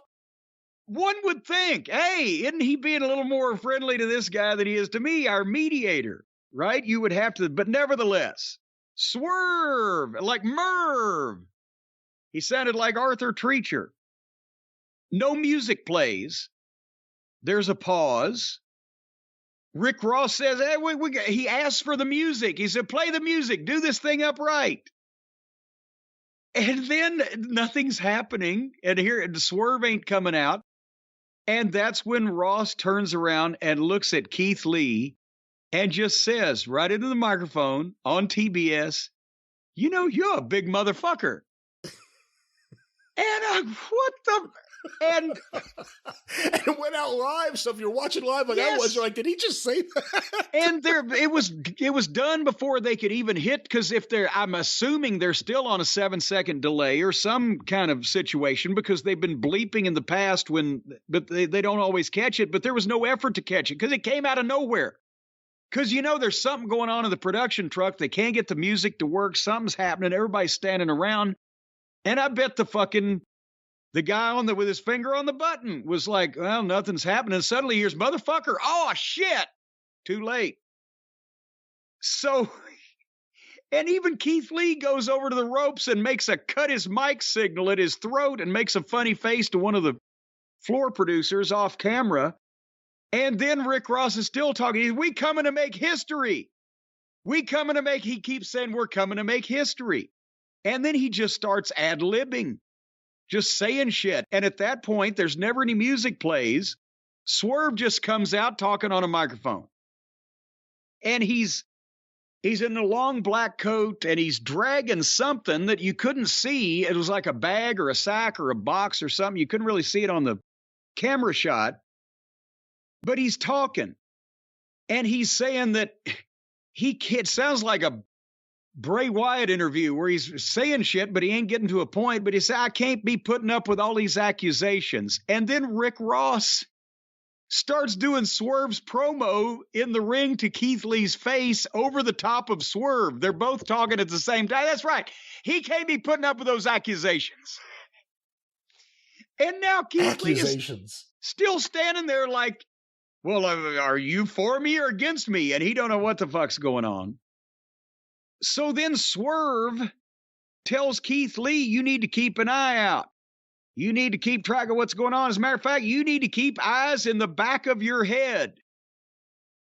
And then nothing happens. And then Rick Ross says, it's the young legend. We're going to make history. And nothing's happening. And then suddenly, Parker Boudreaux, who must have got stuck in that left turn at Albuquerque, was Solo. Let's stop. You know who he is. No one out there knows who he is. The people who watch the show every week have no idea who he is. Okay, well, listen to me for a second. He hits the ring, but he doesn't hit the ring and attack Keith Lee. He hits the ring and stands behind Keith Lee. And Parker Boudreaux, I now was going to explain, is the guy that they had signed in a WWE developmental, and he was there for a while, and they had big plans originally, and then suddenly he was released, and he signed here, and we saw him once, and we haven't seen him again. It's been months. So yes, you're right. Almost nobody in the building knew who the fuck it was. The announcer said Parker Boudreaux. So Parker comes from behind Keith Lee and spins him around and starts attacking him with some of the most awkward-looking shit that I have ever seen. It's like he was a bucket of disconnected arms and legs, just wailing away. And maybe this is why he got dropped at the Performance Center. Keith Lee never went down. He just went to the corner and kind of cut. This is becoming a running theme. Keith Lee doesn't really go down or sell. He just kind of leans over in the corner or on the floor and bundles up, and they just kick him. So Parker, boom, boom, boom, hits him with all this shit. Keith Lee just bends over and sells in the corner, then goes to shoot him off, and Keith Lee reverses it and shoots Boudreaux off and clotheslines him over the top. And Parker got that bump, so he did that one. So then Keith Lee turns back to Swerve, who's still in the aisle, and Rick Ross has still got the microphone, and he's over in the corner going, whoa, whoa. Every time somebody takes a bump now, he's going to go, whoa. And Lee goes to start to go after Swerve, and some big tattooed fucker with a mohawk and a tattooed face jumps Keith Lee in the aisle, and Keith Lee sits down on the floor while the guy kicks him 10 times, and they look like shit, because you can tell, as green as Parker Boudreaux is, this guy is greener than chlorophyll. I mean, awkward broad arms. He didn't really know what to do with Keith Lee once he got him down there. And Lee's getting back up and fighting him back. And then Boudreaux comes from behind with a chair to Keith Lee's back. Wham! And Keith Lee, he sold it like a reverse junkyard dog stiffen up and fall bump, where he stiffened up and went to his knees and just rolled over on the floor. There must be a health issue going on where he can't take bumps or he can't, I don't know what the fuck. Anyway, they both got on him and didn't really know what to do because he's so big and he's so immobile and they're so green. So it looked more or less like they started humping him. Did you see that when they had their bodies and they were kind of pelvis thrusting him into the goddamn back of the apron of the ring or whatever? I'm like, they're humping him. And while they're doing this, Rick Ross is screaming, "It's time to make history." And they pull out the ring steps. And by the way, nobody is trying to break any of this up. Nobody's trying to stop it. There ain't no bell ring and there's no referees. There's a goddamn multi-platinum Grammy award-winning artist screaming, "It's time to make history," while two jolly green giants are beating the shit out of a giant black hole of charisma. So then they put Keith Lee on top of the ring steps. And now they pull whatever he'd had in the bag or the sack or whatever. It's a fake cinder block. And it looked pretty good as they pulled it out, but you'll find out it's fake in a second. Because they pull out the cinder block and they set it on Keith Lee's chest as Keith Lee is laying back first on the steel ring steps. And then, while Swerve is climbing to the top rope, Rick Ross, and I listened to this 5 times, and this is as close as I can come to the transcription. Rick Ross is screaming, "I need you to know it is official. Mogul Affiliates has fartened it up." I don't know what he said. The name of their group is Mogul Affiliates, and it's official. Apparently, they fartened it up. I don't know what. Did you hear what could you tell what he was saying? I don't know what he was saying. Yeah. Mogul Affiliates, though. I don't know about that name. Mogul Affiliates.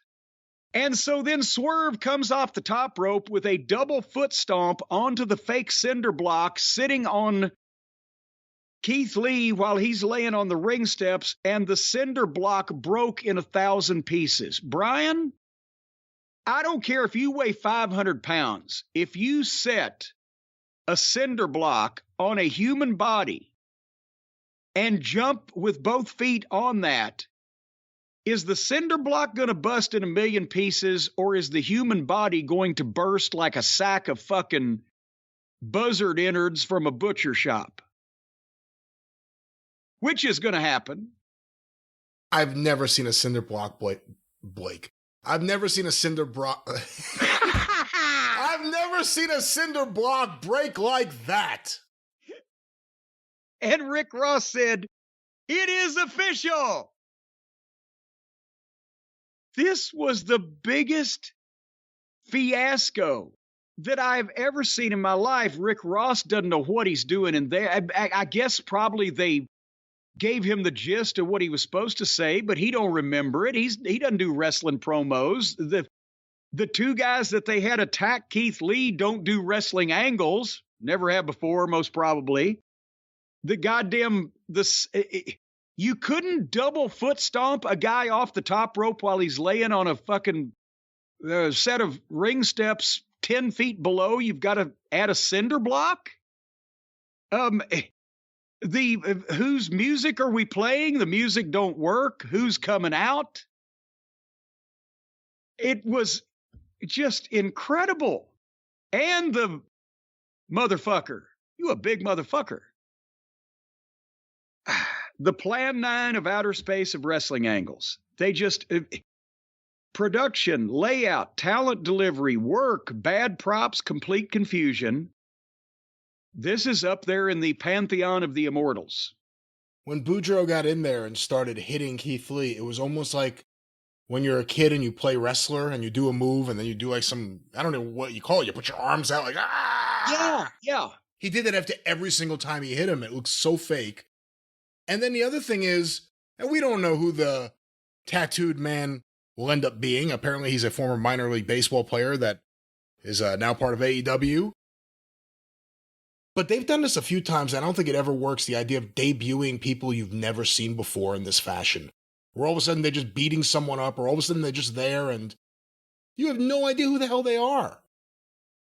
The only way that you can make a debut of an unknown is when they are not only, they have some combination of two things. Number one, they're incredibly visually impressive. And number two, they can do enough in the ring that you can give them 3 or 4 things to big moves to do and make an impact. And I know somebody's going to say, well, what, this big 6-foot something tattooed, face painted, mohawked fucking guy isn't visually impressive? Not these days, no. Because everybody looks like that. I'm talking about Jonah. What's his old name? Bronson Reed. Bronson Reed. Okay, he could be an unknown that can make an impression because you can bring that big fucking guy out and let him do that splash off the top rope. And everybody go, holy fuck. It's like when you used to bring out the Giant or Abdullah the Butcher or the goddamn Freak or the Behemoth or whatever. Somebody that's either tall enough or heavy enough or jacked enough or whatever that they stand out from whatever the current standards are, and they can do even 1 or 2 things incredibly impressively, and you build the segment around that. That's a surprise debut. The first time people in the 70s saw Crusher Blackwell, he comes out looking like a fat fucking bearded country fuck. What is, and then at the bell, he hits a guy on the chin with a drop kick at 450 pounds. People, oh shit.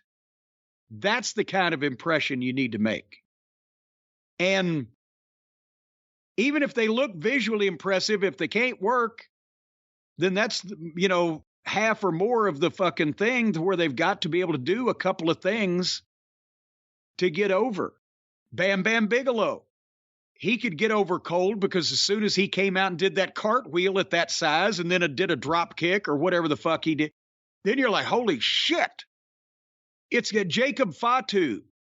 He could get over cold because all he'd have to do is come out and have that animosity and fucking hit that big power slam or one of those big power moves and then the springboard moonsault. You go, oh shit. There was no oh shit here. There was just plenty of shit, but no oh. So anyway, and then we were ready for the, go ahead. One last thing, because we've seen a lot of various, mostly hip-hop people, but even Shaq, we've seen different celebrities show up and disappear quickly. Snoop Dogg, Trina, Mike Tyson. I forgot about Trina. Various people. Based on the way this angle happened and the way Rick Ross was on the mic the entire time, is he coming back? Is he going to be a part of this every week? Because they kind of set it up so he has to be, didn't they? Well, if it made any sense, he would. The way this came off, he is the manager or the manipulator of the group putting these people together, Mogul affiliates. But I would imagine if he's as big a star as everybody claims he is, since I couldn't pick him out of a Police lineup, I'm sure he's probably been in a few, and I've never heard any of his music. But I would have to think he's busy. So, are they going to have him pre-tape instructions and send them in to the TVs he came? I don't know. And then, goddamn, if he does come back, I mean, is he going to get him kicked off television, or is he going to forget what he's supposed to say? Or, it could be wonderful. It could be just wonderful. But one would think he would be involved with this group, but then one would think a number of things logically from things they do on this TV, and it doesn't work out that way. I don't know. So the big gamble. Brian, I think this was a response to your observation here a week or two ago that every time they put the women's segment on, the viewership tanks. So this time they figured, well, we'll wait until the last match and put the girls segment there. And if they tune out, that's where everybody tunes out anyway, when they see the main event come up. But they left 20 minutes on the air for Jamie Hayter against Hikaru Shida for the AEW women's title. And, of course, Britt Baker and Reba were in the corner. It sounded like, from what I watched at the end, that they had the people, and it had been a good match. To be quite honest with you, by the time we got to this point, I said, I don't care if this is Rhea Ripley against Charlotte Flair and they're naked. I've had enough of this fucking program, and I cannot watch any more of this shit. So I went to the finish. And again, sounded like they had a good match. I'm not going to knock it. But I will knock the finish, because these have got to be Tonys. They got to be. Because you would think if you've been in the wrestling business for 15 minutes, you could do better than this. So, obviously, as we said, Britt and Reba are at ringside. Hikaru Shida's kicking the shit out of Jamie Hayter. And finally, they're going to do a spot where Reba draws the referee and Britt gets up on the apron of the ring with the kendo stick. But suddenly, they saw their cue, so Britt got up on the apron with the kendo stick, and Paul Turner, the referee, and he's been on the ball because he's been around for a while. He sees her getting up across the ring and immediately snaps his head around to Reba, drawing her up because she was late. So now Reba's got the referee. Baker's got the kendo stick on the apron. Hikaru Shida pulls Baker into the ring over the top rope, and instead of fighting over the stick, Hikaru Shida is punching Britt Baker in the head barehanded while Britt Baker's just standing there holding a weapon, getting punched in the head. And then Shida leaves Britt Baker alone, lets go of her. She's standing there on her feet with a kendo stick, staggering. And Shida goes to the middle of the ring and then runs back to the turnbuckle and jumps up and kicks off of the turnbuckle and drop kicks Britt Baker while she was standing there waiting for Shida to do it. And then Britt Baker drops the kendo stick. And here's the thing. Yes, it was a wonderfully snazzy move when she ran to the corner and jumped up on and blah, blah, blah. But meanwhile, on the other side of the ring, the referee's back is turned, being drawn by the other manager at ringside, and the clock is ticking. So that's where a experienced booker would say, can your goddamn fancy fucking run up the ropes, fight over that stick and get it done because the referee's distracted. But they have no restraint. So Shida then gets the stick and wallops Britt Baker with it. And Britt Baker goes to the floor, and Shida drops the stick in the ring. And it's not going to be figured in again. But she doesn't know enough about the rules of wrestling to realize that she should throw the stick out of the goddamn ring, because when the referee turns around, he's going to see a stick laying in the ring. So Reba gets down, and referee Paul Turner turns around. I put the stopwatch on it. He was distracted for 35 seconds while all that shit went on. So already, whoever came up with and laid out this finish has shit the bed. Hayter rolls through on a Hurricane Rana and into a power bomb, gets a 2 count. People were going crazy. They should have put this on earlier before I got fed up with the fucking program. Hayter hits a clothesline, gets a 2 count, and then hits the ripcord. That's her finish. And gets the 3 count. So, after all of this interference and zabada and bullshit and caca to get the people up and into all these twists and turns, after all the interference is done with, instead of the babyface then, or in this case, the heel, actually, since the heel's going over, instead of the babyface then going for a Hail Mary, which is what she did with the Hurricane Rana, but Hayter rolled through it and came up with a power bomb. Boom, right there. 1, 2, 3, they're up. The babyface almost has it. The heel rolls through and gets a quick boom. 1, 2, 3. Instead, that's a 2 count. Then a clothesline is a 2 count. Then she hits the babyface with her finish and beats her flat in the middle. So they've gone from all this up and down and getting the people on this ride with the interference and the kendo stick and the referee turning his back and blah, blah, blah. And then get the babyface in a spot where she looks like she's going to do it, but the heel rolls through, bam, 1, 2, 3. Instead, the heel rolls through 1, 2 on the power bomb, and then another kick out, and then beats her flat with the finish. So the babyface was beaten flat. All the interference in the Gaga was for nothing. It was nullified. And they got a flat fucking finish there. And the people were loving the match, and people loved this finish.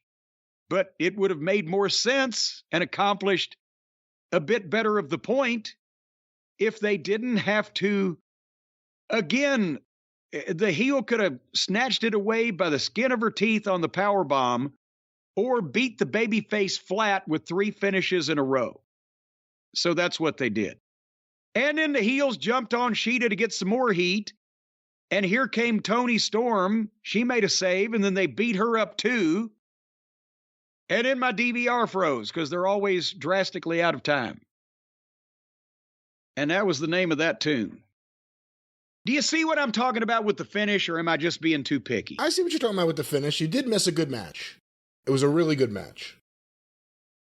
I will even concur with that and say that if I could have stomached any more of these people, I would have probably liked to watch it, but I needed to get the fuck out of there. Oh, so I understand they had some turmoil over some of the ratings this past week. They got a little asterisk. They played a little trick, got a little overrun to sap some 10 p.m. Eastern numbers off the last, or onto the last quarter hour, or what's going on? Well, let's talk about the ratings real quick. The overall number was 957,000 viewers, which is up 7,000 from last week overall. Brandon Thurston of WrestleNomics has posted the quarter-hour breakdowns. The first quarter, which is Ricky Stark's live promo, his angle with the Jericho Appreciation Society, and Action Andretti, 1,133,000 viewers. So the Big Bang episode that night was a favorite, right? Why don't they get the guys from the Big Bang Theory to be in the first segment? Boy, they ought to. You couldn't tell the difference. Actually, they don't even need the Big Bang Theory stars, because you can't tell the difference between those nerds and the fucking nerds in the wrestling fucking locker room. Just have them comb their hair the same way and send them out there. Segment 2, The Elite versus Death Triangle Match 5, 1,008,000 viewers. Oh, gee, so they 20, let's hold on, I'm doing them at 25,000, no, 125,000 people, 15 minutes into the show said fuck it. Well, 15 minutes later, segment 3, 8:30 to 8:45 p.m., the finish of the previous match, MJF's taped backstage promo, Action Andretti being burned by the Jericho Appreciation Society, Bryan Danielson interviewed by Renee Paquette and confronted by Ethan Page and Stokely Hathaway, 975,000 viewers. So between the start of the program and the time that the EVPs finished their business and the rest of that stuff went on, they had lost 158,000 viewers. All right. The fourth quarter, 8:45 to 9 p.m., which has the final 2 minutes of the Danielson confrontation with Ethan Page and Stokely, Moxley's backstage promo, Samoa Joe's promo, Exodus Prime versus Hook, The Firm attacking Jack Perry backstage, and Moxley's entrance, 950,000 viewers. They ran another 25,000 off. The 9 o'clock hour, Jon Moxley versus Darius Martin, as well as a Sheeta and Hayter video and a Powerhouse Hobbs video, 952,000 viewers. They picked up 2,000 people at the top of the hour when Jon Moxley headed to the ring. 9:15 to 9:30, FTR versus the Guns, as well as Jeff Jarrett, Jay Lethal, and Sanjay's music video, and Rick Ross and Keith Lee and Swerve Strickland's live promo. Oh boy. 895,000 viewers. There went another 57,000. And by the way, I didn't mention, but yes, there was a music video where Sanjay and Jeff and Zippy And Jay Lethal rapped about the Acclaimed. And it, yeah. Boy, they've really gotten their money's worth out of that Giant, haven't they? Guy just shows up and stands there, does nothing. Why even use him if that's the case? That wastes a Giant. Why have a Giant if he's going to come out there and do nothing forever? But I'll tell you what, he's going to have a hell of a finish. He's going to use the spear as a finish. Only the thing is, with that pointed head, he's going to run straight into the guy and fucking impale them. And then he's going to stand up, and they're going to be fucking just dangling off his fucking protruding giant pin head. That won't be on TBS, ladies and gentlemen, but what was on TBS... What will be is you a big motherfucker. 9:30 to 9:45, which was the final 5 minutes of the You're a Big Motherfucker promo, as well as the Dark Order, it just says Dark Order, comma, I don't remember what the Dark Order did. Oh, right here. Dark Order Best Friends video, and the first 5 minutes of Hayter versus Shida, 873,000 viewers. There went another 22,000. So now at the start of the main event of the program, 127, 227, they have lost 260,000. Is that right? Yeah, 260,000 people. Well, the final segment, the final quarter, 9:45 to 10 p.m., but we'll have something to say after this. Once again, Hayter versus Shida, 869,000 viewers. And what I wanted to say before you do your final analysis here, what Brandon Thurston put here is the 1 minute overrun, 10 to 10:01 p.m., which is the post-match with Britt Baker and Rebel involved and Toni Storm and Saraya, 948,000 for the 1 minute overrun. So people were including that in the rating and saying that the women's match did better than previous main events. Oh, good God. 1 minute. There was no way to even, they're expecting anybody to believe that, what was that, 900 and how many thousand? The overall number was, the overrun was 948,000. Okay, they're expecting anybody to believe that 79,000 people suddenly said, oh shit, Shida and Hayter are 1 minute from the finish. We got to flip over. They were looking for the next fucking program at the 10 o'clock hour, and they see an extra minute of the wrestling show. But they started with 1,133,000, ended up with 869,000. That's 261,000 people that they ran off in 2 hours. And there were 80,000 people just waiting to watch the next thing. Yeah. And here, again, I've said, going back to the Attitude Era, the audience is built. The main event was the Clash of Champions for WCW in the 80s, the 90s Raw, whatever. The main event was the big number. This is a complete reversal of trend. Now, Raw, the other week, did the same thing, and the worst hour was the third hour, but one can kind of, agree with that or understand that, because after 3 fucking hours of that shit, holy Christ, how much more can you watch? But none of this is good. And when you don't outperform your lead-in, when you're in prime time, which in the United States of America and the television industry is viewed as from 8 to 11 p.m., that's prime time. When you're not outperforming a rerun of a syndicated program that's in primetime adjacency, 7 to 8 or 7:30 to 8, and you're not outperforming that, that's not a good sign to the TV network. And what's on before Raw these days? I don't know, because I'm usually not watching Raw at 8 Well, that's true. You know what we need to do? We need to, before the next program, we need to figure out what Raw's lead-in is and what its numbers are and what its numbers are in comparison to Raw, both when it starts and when it finishes. Are they picking up a bunch of viewers that have been watching, the Galloping Gourmet or whatever and losing those fairly quickly afterwards? Or does it take Raw an hour and a half or 2 hours or whatever to start really losing any appreciable audience just because it's so fucking long? That's an interesting comparison we ought to make. We probably will do that. But probably not today because it's Christmas weekend, and by God, I got cheesesteaks and chicken nuggets waiting on me. What are you eating at Last Manor here for the 10th day of Hanukkah? Oh, I don't know. Well, it's not the 10th day, and there aren't 10 days of Hanukkah, first of all. Well, but secondly, I figured there was 12 days of Hanukkah, and it runs till after Christmas. Well, secondly, I'm not sure. I do have a Chick-fil-A sandwich with extra pickles from a few days ago waiting to be heated up. So oh, well, that just sounds lovely. I'm excited. I'm excited about that. I hate to say it, but I am. Boy, you lead a sheltered life. All right, are we done here, Brian? That's a good life. Yeah, we're done. All right, hey, everybody, let's do it together, Brian, you and me. Merry Christmas, Happy Hanukkah, joyous returns of the holiday season to everybody, right? That's right. You said, let's do it, you and me. I had no idea what you were about to say. Well, I thought you'd read my mind.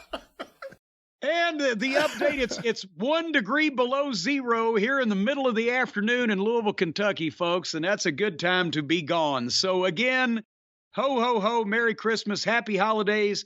Listen to the omnibuses. We will be back very soon with either breaking news or a whole brand new program. And until then, for Brian and everybody at Arcadian Vanguard, I'm me. Thank you. Fuck you. Bye-bye, everybody.